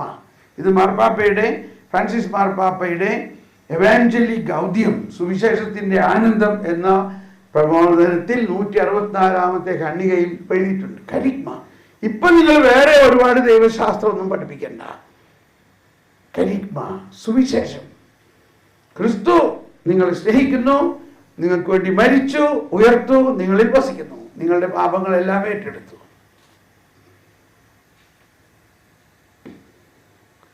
അതാണ് സുവിശേഷം. നിങ്ങൾ പോകുമ്പോൾ സ്വർഗരാജ്യം സമീപിച്ചിരിക്കുന്നു എന്ന് പ്രസംഗിക്കുവിൻ. എന്നിട്ട് അടുത്ത് പറഞ്ഞേക്കുന്നത് എന്താ? Heal the sick, raise the dead, cleanse the leper, cast out demons. 4 കാര്യം. രോഗികളെ സുഖപ്പെടുത്തുവിൻ, മരിച്ചവരെ ഉയർപ്പിക്കുവിൻ, കുഷ്ഠരോഗികളെ ശുദ്ധരാക്കുകയും പിശാചുക്കളെ ബഹിഷ്കരിക്കുകയും ചെയ്യുവിൻ. ദാനമായി നിങ്ങൾക്ക് കിട്ടി, ദാനമായി തന്നെ കൊടുക്കുവിൻ. ഇത് അവരുടനെ അങ്ങ് പോവുകയാണ്. ലെഫ്റ്റ് റൈറ്റ് ലെഫ്റ്റ് മാർച്ചിങ് ഓർഡറാണ്. പോയിക്കോളാനാ പറഞ്ഞത്, ഇവിടെ നിൽക്കണ്ട. ദൗത്യം. ഇപ്പൊ നമ്മളൊരു ആശാരിനെ വിളിക്കുകയാണ് ഈ ടേബിൾ ഉണ്ടാക്കാൻ. ആ ആശാരി വരുമ്പോ അയാളുടെ കയ്യിൽ ഉപകരണം ഉണ്ടായാലേ ഇത് ചെയ്യാൻ പറ്റുള്ളൂ. ഈ അപ്പസ്തോലന്മാരെ സുവിശേഷ വേലയ്ക്ക് അയക്കുമ്പോ അവർക്ക് സുവിശേഷ വേല ചെയ്യാനുള്ള ഉപകരണങ്ങൾ കൊടുത്താലല്ലേ സുവിശേഷം പ്രഘോഷിക്കാൻ പറ്റുള്ളൂ. അവരോട് പറയാണ്, നിങ്ങൾ പ്രഘോഷിക്കണം സുവിശേഷം. ഹീൽ ദ സിക്ക്. സുവിശേഷം പ്രഘോഷിക്കുമ്പോൾ തന്നെ അവിടെ രോഗശാന്തി ഉണ്ടാവും, അത്ഭുതം നടക്കും, രോഗികൾ സുഖമാക്കപ്പെടും, മരിച്ചവർ ഉയർക്കും, കുഷ്ഠരോഗികൾ സുഖപ്പെടും. അതായത് മാറാ രോഗങ്ങൾ മാറും, ജന്മനായുള്ള രോഗങ്ങൾ മാറും. നമ്മളിപ്പോൾ ആരെങ്കിലും വന്ന് എന്താണ് മോൻ?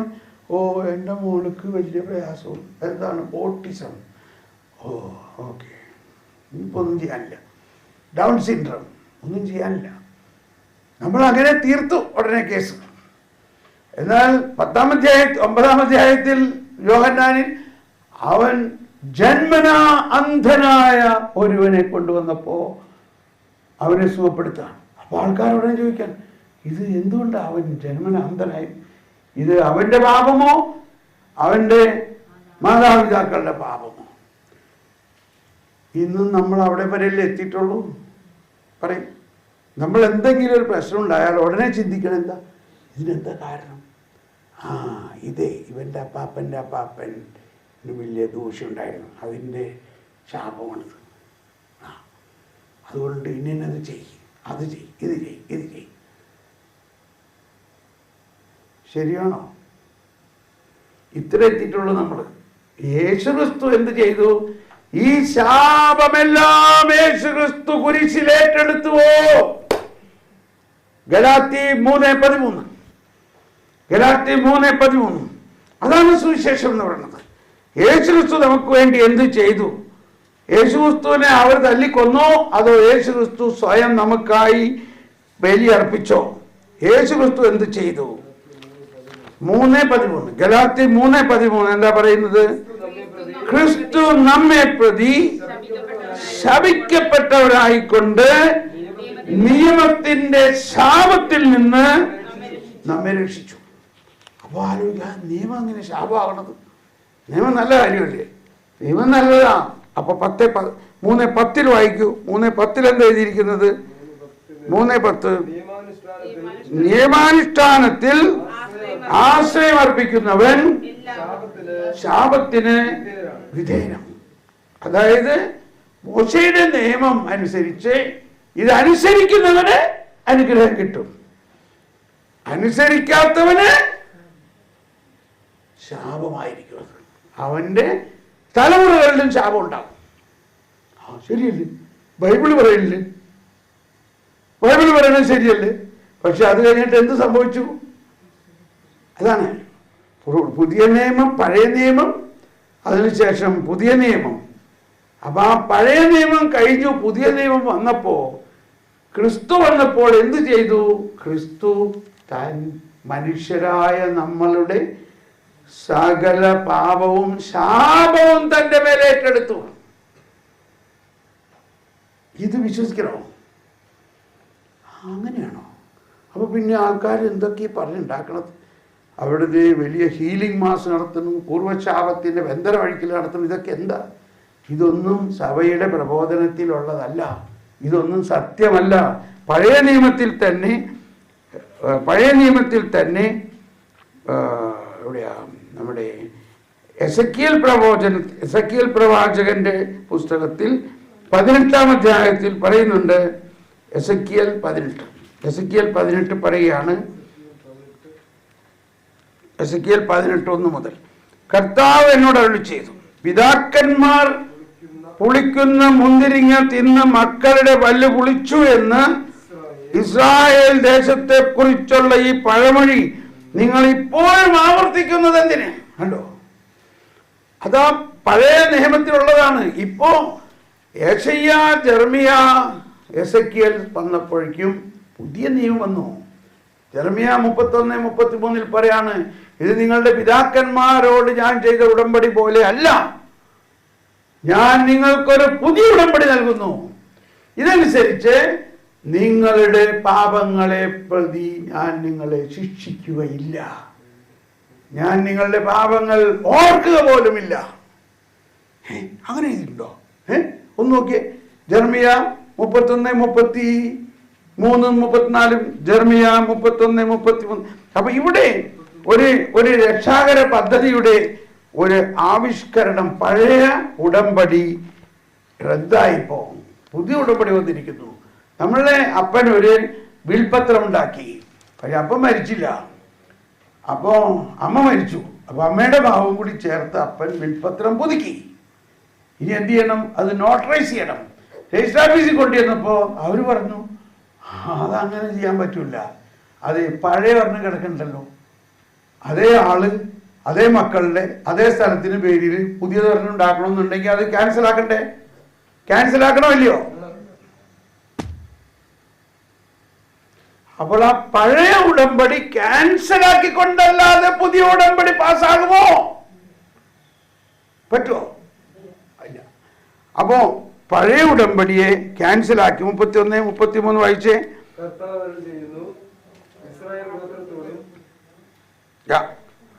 ഇസ്രായേൽ ഗോത്രത്തോടും യൂദാ ഗോത്രത്തോടും ഞാനൊരു പുതിയ ഉടമ്പടി ദിവസം ഇതാ വരുന്നു. എന്നിട്ട് 33 ഞാൻ എൻ്റെ നിയമം അവരുടെ ഉള്ളിൽ നിക്ഷേപിക്കും, അവരുടെ ഹൃദയത്തിൽ എഴുതും, ഞാൻ അവരുടെ ദൈവവും അവർ എൻ്റെ ജനവുമായിരിക്കും. അടുത്ത 34, വെരി ഇമ്പോർട്ടൻറ്റ്. 34 എല്ലാവരും കിട്ടിയോ? അവനൊരു അടിവരയിട്ടുകൊണ്ട് ഏറ്റു പറഞ്ഞ്, കർത്താവിനെ അറിയുക എന്ന് ഇനി ആരും സഹോദരനെയോ അയൽക്കാരനെയോ പഠിപ്പിക്കേണ്ടി വരികയില്ല. എല്ലാവരും അവർ വലിയവർ വലിപ്പച്ചെറുപ്പം എന്നെ എല്ലാവരും എന്നെ അറിയും എന്ന് കർത്താവ് ചെയ്തു. അടുത്തത് എല്ലാവരും അവരുടെ അകൃത്യത്തിന് ഞാൻ മാപ്പ് നൽകും. അവരുടെ പാപം മനസ്സിൽ വെക്കുക പോലുമില്ല. ഇത് പഴയ നിയമത്തിലില്ല. പഴയ ഉടമ്പടിയിലെ അവരുടെ അകൃത്യങ്ങൾക്ക് ശിക്ഷ എന്നാണ്. ആ ക്ലോസ് മാറി ഇവിടെ എന്ത് വന്നിരിക്കുന്നു? അവരുടെ അകൃത്യങ്ങൾക്ക് ഞാൻ മാപ്പ് നൽകും. അപ്പോൾ ഇതിന്റെ പൂർത്തീകരണമാണ് യേശുക്രിസ്തുവിലൂടെ വന്നിരിക്കുന്നത്. യേശുക്രിസ്തു സുവിശേഷം. എന്താ സുവിശേഷം? നിങ്ങളുടെ സകല പാപങ്ങളും ഞാൻ ഏറ്റെടുത്തിരിക്കുന്നു, അതിന്റെ ശിക്ഷയും ഏറ്റെടുത്തിരിക്കുന്നു. അപ്പോൾ ഞങ്ങൾ സ്വതന്ത്രരാണോ? നിങ്ങൾ സ്വതന്ത്രരാണ്. ഇത് നിങ്ങൾക്ക് വിശ്വസിക്കാൻ പറ്റുന്നുണ്ടോ?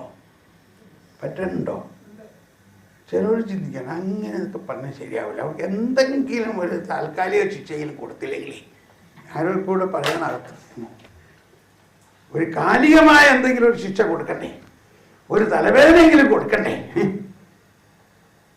നമുക്ക് പറ്റണില്ല അത് വിശ്വസിക്കാൻ. എന്തുകൊണ്ടാണെന്നറിയോ? നമ്മളിൽ ഒരു ഫരിസേയ മനോഭാവമുണ്ട്. വലിയ വിശുദ്ധർ പറഞ്ഞേക്കണത്, യോഹന്നാൻ ക്രിസ്തുപിതാവ് പറഞ്ഞേക്കാണ്, തൊലി ഒലിച്ചു കളഞ്ഞാലും ഈ ഫരിസേയ സ്വഭാവം പോകില്ലെന്നാണ് പറയുന്നത്. മനസ്സിലായ? അതാണ് നമ്മുടെ പ്രശ്നം. നമ്മൾ ഇപ്പോഴും ഒരു ഫരിസേയനാണ്. ശിക്ഷിക്കണം, നല്ല അടി കൊടുക്കണം, അടിച്ചു വളർത്തണം പിള്ളേരേക്ക്. കൽപ്പന ലംഘിച്ചാൽ പിടിച്ചു നട്ട് കൊടുക്കണം. അങ്ങനെയൊന്നും വിടരുത്. ദയ, കരുണ, വാത്സല്യം, ഇത് നമ്മുടെ ഡിക്ഷണറിയിൽ ഇല്ലേ ഇല്ല. വാത്സല്യം എന്നുള്ള വാക്ക് നിങ്ങൾക്ക് അറിയോ എന്താന്ന്? അറിയോ എന്താന്ന്? അപ്പൊ രണ്ട് ധ്രുവമാണ് നമ്മൾ. ഇപ്പൊ അമ്മ ഇച്ചിരി വാത്സല്യം കാണിച്ചാ അപ്പം പറയും, നീയാണ് അവളെ ചീത്തയാക്കണത്. മനസ്സിലായില്ല? ഞാൻ എത്ര പ്രാവശ്യം പറഞ്ഞിട്ട് അങ്ങനെ തെറ്റ് ചെയ്താൽ ഒരു 2 ഉടനെ കൊടുക്കണം, എന്നിട്ട് അവനെ വെറുതെ വാത്സല്യം എന്ന് പറഞ്ഞ് നടക്കാൻ മീശോ ഒന്ന് പിരിച്ച് കാണിച്ചപ്പോ അവൻ ശരിയാവും വിചാരിച്ചു. സുവിശേഷമാണോ അത്? ഇപ്പോഴും നമ്മളിങ്ങനെയാ. അപ്പോ ഈ പഴയ നിയമം റദ്ദാക്കി പുതിയ നിയമം വന്നിരിക്കുന്നു, സുവിശേഷം വന്നിരിക്കുന്നു. ആ സുവിശേഷം പ്രഘോഷിക്കുമ്പോഴേ വരദാനങ്ങൾ പുറത്തു വരികയുള്ളൂ. അപ്പൊ എന്തുണ്ടാവും? ഇപ്പൊ ഉദാഹരണത്തിന്, ഓക്കെ, നമ്മൾ പോട്ടെ, ഇപ്പൊ വരദാനത്തിലേക്ക് തിരിച്ചു വരാം.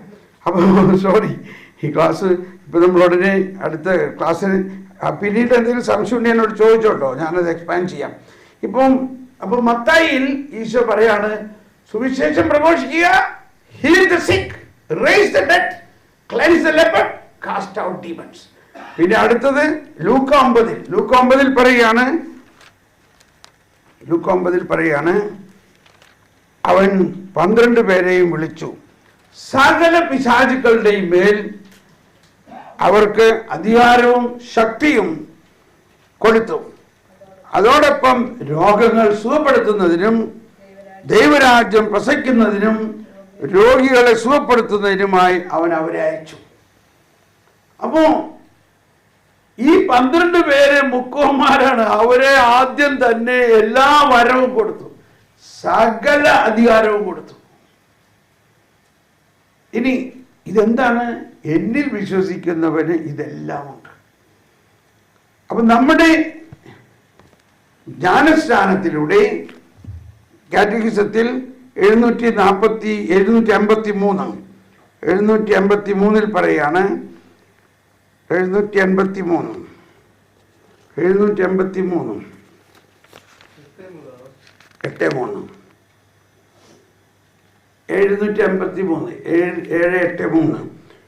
പിതാവ് പരിശുദ്ധാത്മാവിനെ കൊണ്ട് അഭിഷേകം ചെയ്യുകയും പുരോഹിതനും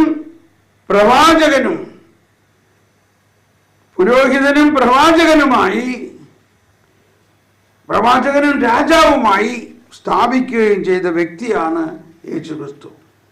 അടുത്തത്, ദൈവജനം മുഴുവനും ക്രിസ്തുവിന്റെ ഈ 3 ധർമ്മങ്ങളിലും ഭാഗവാക്കുകളാകുന്നു എന്ന് പറഞ്ഞെല്ലാവരും. ദൈവജനം മുഴുവനും ക്രിസ്തുവിന്റെ ഈ 3 ധർമ്മങ്ങളിലും ഭാഗവാക്കുകളാകുന്നു. അവയിൽ നിന്ന് ഉരുത്തിരിയുന്ന ദൗത്യത്തിനും സേവനത്തിനും വേണ്ടിയുള്ള ഉത്തരവാദിത്വങ്ങൾ അവർ വഹിക്കുകയും ചെയ്യുന്നു. കണ്ടോ? ജ്ഞാനസ്നാനത്തിലൂടെ നമ്മളെല്ലാവർക്കും ഒരു ദൗത്യമുണ്ട്. ദൗത്യം. സ്നാനസ്നാനത്തിലൂടെ നമ്മളെല്ലാവരിലും ഈ വരദാനങ്ങൾ നൽകപ്പെട്ടിരിക്കുന്നു. എന്തിനാണ് ഈ വരദാനങ്ങൾ നൽകിയത്? സുഖമായിട്ട് വീട്ടിൽ കിടന്ന് ഉറങ്ങാൻ പോത്തിറച്ചിയും താളർച്ചയും മീൻകറിയൊക്കെ കഴിച്ച് അങ്ങനെ നന്നായിട്ട് ഉറങ്ങാം. ക്രിസ്ത്യാനി ഞായറാഴ്ച പള്ളിയിൽ പോയി കിടന്നാൽ ഒന്ന് നന്നായിട്ട് ഇച്ചിരി വെള്ളമൊക്കെ കുടിച്ച് അങ്ങ് ഉറങ്ങണം. ഇതല്ലേ നമ്മൾ ചെയ്തിരുന്നത്? ഞാനൊക്കെ അങ്ങനെ ചെയ്തിരുന്നത്. ഒരു 40 വയസ്സായപ്പോഴാണ് മനസ്സിലായത് ഇതല്ല, ദൈവം നമ്മളിൽ ഒരു ദൗത്യം നൽകിയിട്ടുണ്ട്. ഒരു ദൗത്യം, എ ടാസ്ക്. ആ ദൗത്യബോധം ഉണ്ടാകുകയും അപ്പോഴാണ് ഈ വരങ്ങൾ പുറത്തു വന്നപ്പോഴാണ് നമുക്കത് ചെയ്യാനുള്ള ഒരു ഉണർവും, ചെയ്യുമ്പോൾ വലിയ കാര്യങ്ങൾ സംഭവിക്കണം. തോമസ് പോളെ, അന്നത്തെ ക്ലാസ് കഴിഞ്ഞിട്ട് എൻ്റെ ജീവിതം തന്നെ മാറി. ഇങ്ങനെയൊക്കെ കുറേ പേര് പറയണം കേൾക്കുമ്പോൾ മനസ്സിലായിട്ടുണ്ടോ? ഇപ്പം ഞങ്ങൾ വലിയ സമാധാനത്തിലാണ്.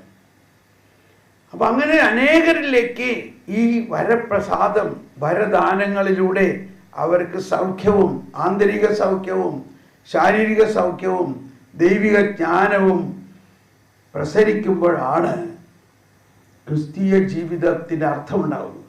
അപ്പം നമ്മൾ അൽമായരായ എല്ലാവരിലും ഈ വരങ്ങളുണ്ട്. അപ്പോൾ അതിനൊരു സാക്ഷിയാണ് ഞാൻ തന്നെ. ഞാനൊരു എഞ്ചിനീയറായിരുന്നു. വളരെ പ്രഗത്ഭമായ പല കാര്യങ്ങളും ചെയ്തിട്ടുണ്ട്. ഇത് എവിടെയാണ് ഈ സ്ഥലം? ഇപ്പോൾ കാക്കനാട് അല്ലേ? ഇവിടെ ആലുവ FACT എന്ന് കേട്ടിട്ടില്ല? FACT ഇവിടുത്തെ ഏറ്റവും വലിയ ഫാക്ടറിയാണ്. ഈ ഫാക്ടറിയിലെ ഏറ്റവും വലിയ ടവർ ഇൻസ്റ്റാൾ ചെയ്യാൻ വേണ്ടി ഞാനും ടീമും ബോംബെയിൽ നിന്ന് വന്നു. അപ്പോൾ ഞാൻ എൻ്റെ ഐഡിയ അനുസരിച്ച് വലിയ 3 ക്രെയിനുകൾ ഇന്നിന്ന പൊസിഷനുകളിൽ വെച്ച് ഈ 75 മീറ്ററോളം നീളം വരുന്ന ഇരുമ്പ് കൊണ്ട് ഉണ്ടാക്കി അത് മുഴുവൻ ഞങ്ങൾ അസംബിൾ ചെയ്തിട്ടേക്കാണ് അത് ഒന്നിച്ച് തൂക്കാനായിട്ട്. അപ്പോൾ ഒരു ജപ്പാനി എഞ്ചിനീയർ അതിലെ വന്നു. ഫുൾ ടൈം അങ്ങേര് വാട്ടീസിലാണ്. അങ്ങേര് കണ്ടിട്ട് പറഞ്ഞു, ഇതിങ്ങനെ പൊങ്ങൊന്നുമില്ല, ഇത് തൂക്കാൻ പറ്റില്ല, ഇത് തൂങ്ങൂല്ല, ഇത് പൊട്ടി താഴെ വീഴും. ഇത് പറഞ്ഞതോടുകൂടി നമ്മുടെ ഇന്ത്യൻ ഓഫീസും എഞ്ചിനീയർമാർ ആകെ വരണ്ടു. ഉടനെ അവരൊരു മീറ്റിംഗ് വിളിച്ചു കൂട്ടി. എന്നെ നടുക്ക് നിർത്തിയിരിക്കുകയാണ്. 60ഓളം എഞ്ചിനീയേഴ്സും ജനറൽ മാനേജറും എല്ലാം. അവർ പലതും പറഞ്ഞുകൊണ്ട് എന്നെ സമർത്ഥിക്കാൻ തുടങ്ങി. ഇത് നടക്കില്ല. ഞാൻ പറഞ്ഞു, ഞാൻ നിങ്ങൾക്ക് ഇതിൻ്റെ എല്ലാം ഡീറ്റെയിൽസ് തന്നിട്ടുണ്ട്. ഇതിൻ്റെ സെൻറ്റർ ഓഫ് ഗ്രാവിറ്റി, ഇതിൻ്റെ വെയിറ്റ്, ഇതിൻ്റെ മാതിരി തൂക്കുമ്പോൾ കൃത്യമായിട്ട്. ഇപ്പം നിങ്ങൾക്ക് എന്താ സംശയം ഉണ്ടായേ? അന്ന് നിങ്ങൾ പറയായിരുന്നില്ലേ ഇത് പറ്റില്ല എന്ന്, അല്ലെങ്കിൽ നടക്കില്ല എന്ന്? എനിക്ക് നല്ല ബോധ്യമുണ്ടെന്ന് നടക്കുമെന്ന്. അപ്പോൾ അവർ പറഞ്ഞു, ഈ ജപ്പാനീസ് അയാളിങ്ങനെ അയാൾക്കിത് പറയാൻ പറ്റുന്ന അയാളുടെ കമ്പ്യൂട്ടറിൽ ഇതിൻ്റെ ഡാറ്റ ഫീഡ് ചെയ്താലല്ലേ അതിനൊരു ഉത്തരം കിട്ടുള്ളൂ. ഈ ഡാറ്റ നമ്മളുടെ കയ്യിലല്ലാണ്ട് അവർക്കില്ലല്ലോ. ഞാൻ പറഞ്ഞു, നിങ്ങൾ എന്തി പറയണേ? ഞാൻ ഇത്രയും ദിവസം രാപകലൂടെ അധ്വാനിച്ച് നാളെ ഇത് തൂക്കാൻ പോവാണ്. ഞാനിത് തൂക്കും. ഇത് തൂങ്ങണ നേരത്ത് ഞാൻ അതിന്റെ താഴെ നിൽക്കും. ഇത് പൊട്ടി വീഴുകയാണെങ്കിൽ ഇത് എന്റെ മേലായിരിക്കും. തോമസ് പോളാണ് ഇത് പറയണത്. ഉടനെ ജനറൽ മാനേജർ എഴുന്നേറ്റിട്ട് പറയാൻ, യെസ് ഡു ഇറ്റ് തോമസ്. പിറ്റേ ദിവസം ഇവരൊക്കെ ഓഫീസിൽ വരണയ്ക്ക് മുമ്പ് 7 മണിക്ക് തന്നെ ഞങ്ങൾ ഇതിന്റെ ഓപ്പറേഷൻ ആരംഭിച്ചു. 2 മണിക്കൂർ കൊണ്ട് ഈ പർവ്വതം പോലെയുള്ള ഈ ടവർ തൂക്കി.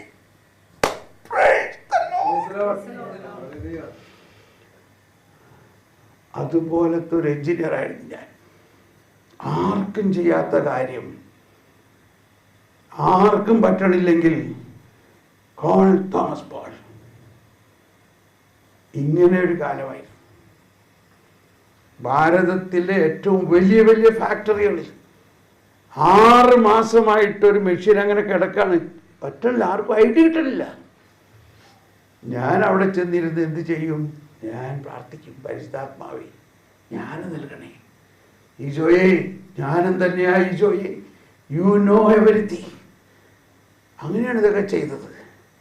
ഒരു സായിപ്പ് എന്നോട് പറഞ്ഞു, അദ്ദേഹം പറഞ്ഞു it is impossible, you cannot do it, get out എന്ന് പറഞ്ഞു. ഞാൻ പറഞ്ഞു ഞാനിവിടെ വന്നത് ഒരു സൂപ്പർ ഐഡിയയുമായിട്ടാണ്. No no no, you cannot do it.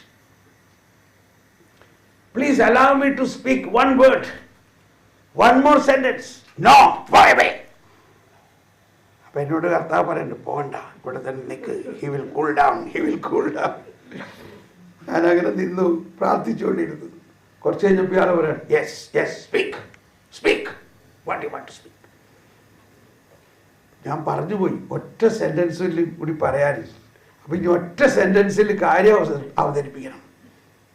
പരിശുദ്ധാത്മാവിന്റെ കാര്യം പെട്ടെന്നൊരു സെന്റൻസ് വരികയാണ്, V Indians made Taj Mahal without crane.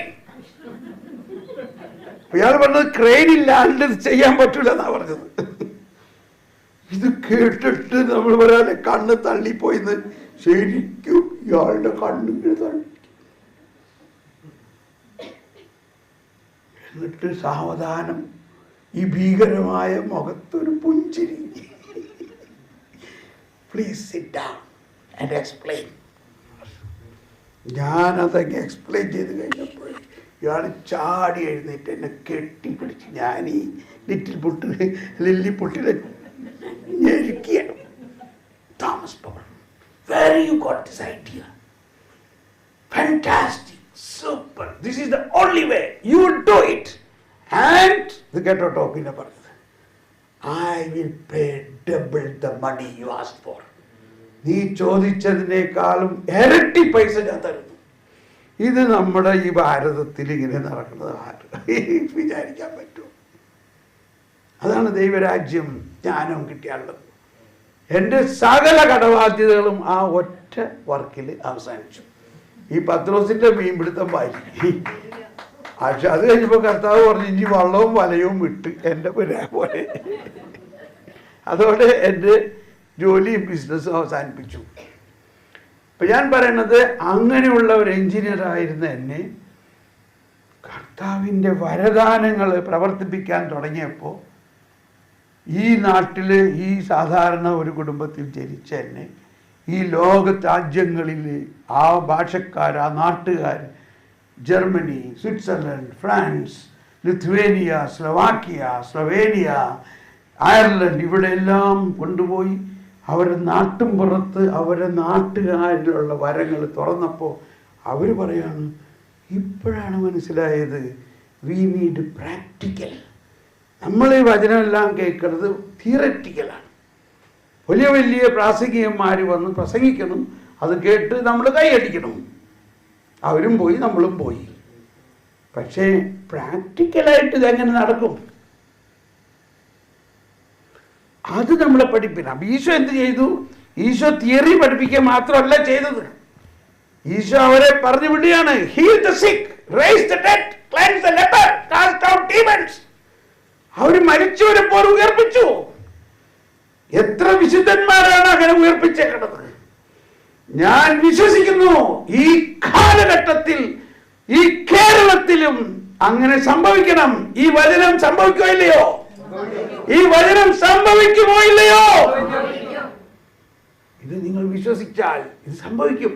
അങ്ങനെ കുറച്ച് മരിച്ചവർ ഉയർത്തെഴുന്നേൽക്കുമ്പോ യഥാർത്ഥ വിശ്വാസം വളരും, സുവിശേഷം വളരും.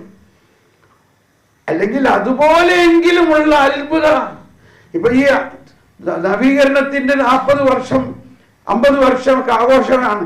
നമ്മുടെ ഈ നവീകരണ പ്രസ്ഥാനം തുടങ്ങിയപ്പോൾ ഇത്തരം അത്ഭുത രോഗശാന്തികളൊക്കെ ഉണ്ടായത് ഇല്ലേ?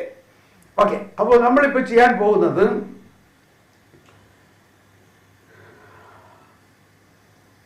ചായ കുടിച്ച് കഴിഞ്ഞ് വന്നാൽ, ചായ വന്നു അല്ലേ, നമ്മൾ ഗ്രൂപ്പാകും. ഗ്രൂപ്പായിട്ട് ഇരുന്നിട്ട് 5 പേര് 6 പേരുള്ള ഒരു ഗ്രൂപ്പായിരിക്കും. അപ്പോൾ ആ ഗ്രൂപ്പിലെ പ്രിൻസിപ്പിൾ ഇതാണ്: എല്ലാവരും ശ്രദ്ധിക്കണം ഇപ്പോൾ കേട്ടോ. മനസ്സിലായില്ല എന്ന് പറയരുത്. ഇപ്പോൾ ഇത് മനസ്സിലാവുന്ന കാര്യമാണ്. 2 വചനം. ഒന്ന് ഈശോ പറഞ്ഞു, 2 or 3 പേർ എൻ്റെ നാമത്തിൽ ഒരുമിച്ച് കൂടുന്നിടത്ത് ഞാൻ നിങ്ങളുടെ മധ്യയുണ്ട്. ഇത് ഈശോയുടെ ഒരു തിരു സാന്നിധ്യം നമുക്ക് അവിടെ അനുഭവപ്പെടും. അടുത്തത് പറഞ്ഞു, 2 പേരെങ്കിലും ഒരുമയോടെ ചോദിക്കുന്ന എന്ത് കാര്യവും എൻ്റെ സ്വർഗസ്ഥനായ പിതാവ് നിങ്ങൾക്ക് ചെയ്തു തരും. ഇവിടെ നിങ്ങൾ ഒരു മെറ്റീരിയൽ ബെനിഫിറ്റും ചോദിക്കണ്ട. വീടില്ല, ജോലിയില്ല, കടബാധ്യത, ഇതൊക്കെ അല്ല നമ്മുടെ വിഷയം. പരിശുദ്ധാത്മാവിൻ്റെ വരദാനങ്ങൾ ഞങ്ങളിലുള്ളത് തുറക്കണേ. അപ്പോൾ 4 പേരുണ്ടെങ്കിൽ ഒരാൾ നടുക്കിയിരിക്കുന്നു, ബാക്കി 3 പേരും ആ വ്യക്തിയിൽ ദൈവം നൽകിയിരിക്കുന്ന വിസ്മരണീയമായ ദാനങ്ങൾ എന്തെന്ന് തുറക്കണേ, അഭിഷേകം ചെയ്യണമെന്ന് പ്രാർത്ഥിക്കുമ്പോൾ നിങ്ങൾ ശ്രദ്ധിക്കണം. പരിശുദ്ധാത്മാവ് പ്രാർത്ഥിക്കുന്നവരോട് സംസാരിക്കും, ദർശനം കാണും, പ്രവചനം ഉണ്ടാകും, വചനം കിട്ടും, പരിശുദ്ധാത്മാവ് സംസാരിക്കും. അത് കേൾക്കണം. അതാണ് ആദ്യത്തെ പടി. അതേസമയത്ത് നമ്മൾ ആർക്ക് വേണ്ടി പ്രാർത്ഥിക്കുന്നോ ആ വ്യക്തിയിലും പരിശുദ്ധാത്മാവ് സംസാരിക്കും പല രീതിയിൽ. ഉദാഹരണത്തിന്, നമ്മൾ പ്രാർത്ഥിക്കുന്ന ആൾക്ക് പെട്ടെന്നൊരു നടുവേദന ഉണ്ടാവുന്നു. ഇയാൾക്ക് വേണ്ടി പ്രാർത്ഥിച്ചപ്പോൾ അയ്യോ പെട്ടെന്ന് നടുവേദന ഉണ്ടായി. അപ്പോൾ അവരോട് ചോദിക്കൂ, നിങ്ങൾക്ക് നടുവേദന ഉണ്ടോ? അയ്യോ പിന്നെ ഞാൻ രാത്രി ഉറങ്ങിയിട്ടില്ല, ഇന്നലെ നടുവേദനയായിട്ട്. അപ്പോൾ ഈ വ്യക്തിയുടെ നടുവേദന ഈ പ്രാർത്ഥിക്കുന്ന വ്യക്തിയിൽ ഒരു റിഫ്ലക്ഷൻ വരുന്നതിൻ്റെ ഉദ്ദേശം അവർക്ക് വേണ്ടി പ്രാർത്ഥിക്കാൻ വേണ്ടിയിട്ടാണ്. അപ്പോൾ അവർക്ക് നടുവേദന മാറാൻ വേണ്ടി പ്രാർത്ഥിക്കുമ്പോൾ നടുവേദന മാറി. അതിൻ്റെ അർത്ഥം രോഗശാന്തി വരം തുറക്കപ്പെട്ടു. ഈ പ്രാർത്ഥിച്ച ആളിലും അവരിലും രോഗശാന്തി വരം തുറക്കപ്പെട്ടു.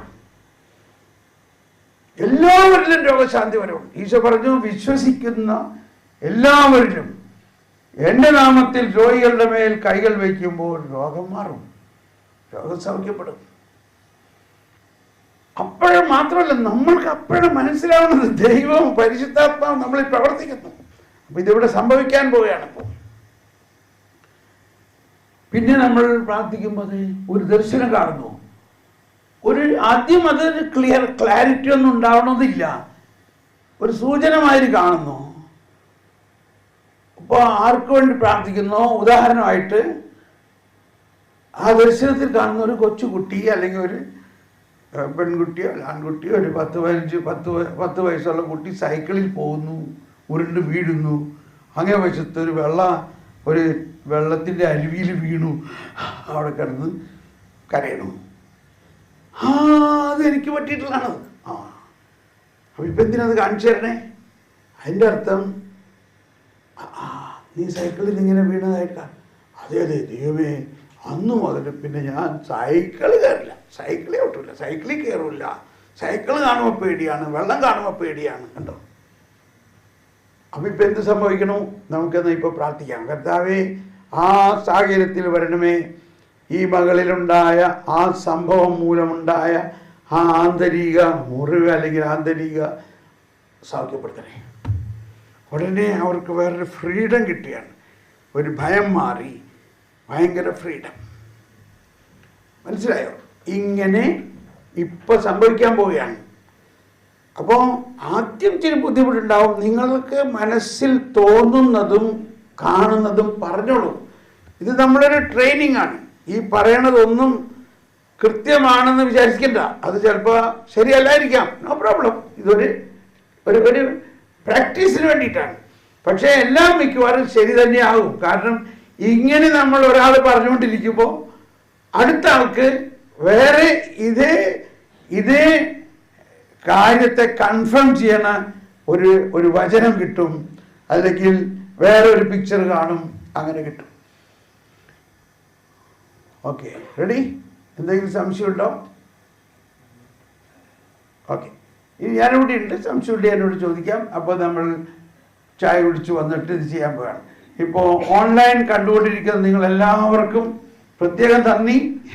Price the Lord. അപ്പോൾ നിങ്ങൾ എല്ലാവരിലും ഈ വരങ്ങളുണ്ട്.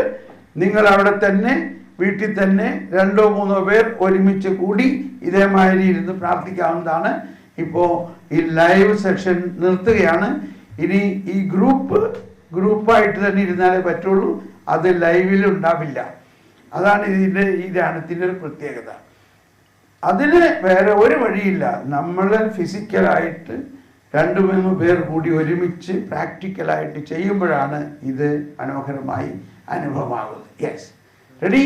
നമുക്ക് നന്ദി പറഞ്ഞ് പ്രാർത്ഥിക്കുകയും പരിശുദ്ധാത്മാവിന്റെ ഒരു പുത്തൻ അഭിഷേകം വരട്ടെ. Let the anointing of the Lord come down. Let the anointing of the Lord come down. Let the anointing of the Lord. എല്ലാവരും എഴുന്നേറ്റ് നിന്ന് let the anointing of the Lord from heaven comes down. Let the anointing of the Lord comes down. Hallelujah. Hallelujah. Hallelujah. Hallelujah. Hallelujah. Hallelujah. Hallelujah. Hallelujah. Hallelujah. Shalabala. Halabala. Halabala. Halabala. Shalabala. Halabala. Halabala. Halabala. We make a miracle worker, promise keeper, light in the darkness, my Lord, that is who you are. We make a miracle worker, promise keeper, light in the darkness, my Lord, that is who you are. Amen. Okay. ചായ കുടിച്ച് അരമണിക്കൂർ ചായ കുടിക്കുന്ന നേരത്ത് നിങ്ങൾ സംസാരിക്കാം. ഇത് silent റിട്രീറ്റല്ല. നിങ്ങൾ ടെലിഫോൺ ഓൺ ചെയ്യാം, സംസാരിക്കാം, എന്ത് വേണമെങ്കിലും ചെയ്യാം. തലകുത്തി മറിഞ്ഞാലും നിങ്ങളുടെ വരദാനങ്ങൾ പ്രവർത്തിക്കും. Price the Lord. ഓക്കെ, അപ്പോൾ നിങ്ങൾ സംസാരിച്ചോ. കഴിയുന്നതും ഇവിടെ പറഞ്ഞ കാര്യങ്ങൾ സംസാരിക്കായിരിക്കും നല്ലത്. അവിടെ നമ്മുടെ അടുത്തൊരു മീൻകടയിൽ ചാളയ്ക്ക് വില കുറവാണെന്നുള്ള കാര്യമൊന്നും ഇപ്പോൾ ഇവിടെ പറയണ്ട. Okay, God bless you. മണി 4:30 അപ്പം 5 മണിക്ക് നമ്മളെല്ലാവരും തിരിച്ചെത്തുന്നു.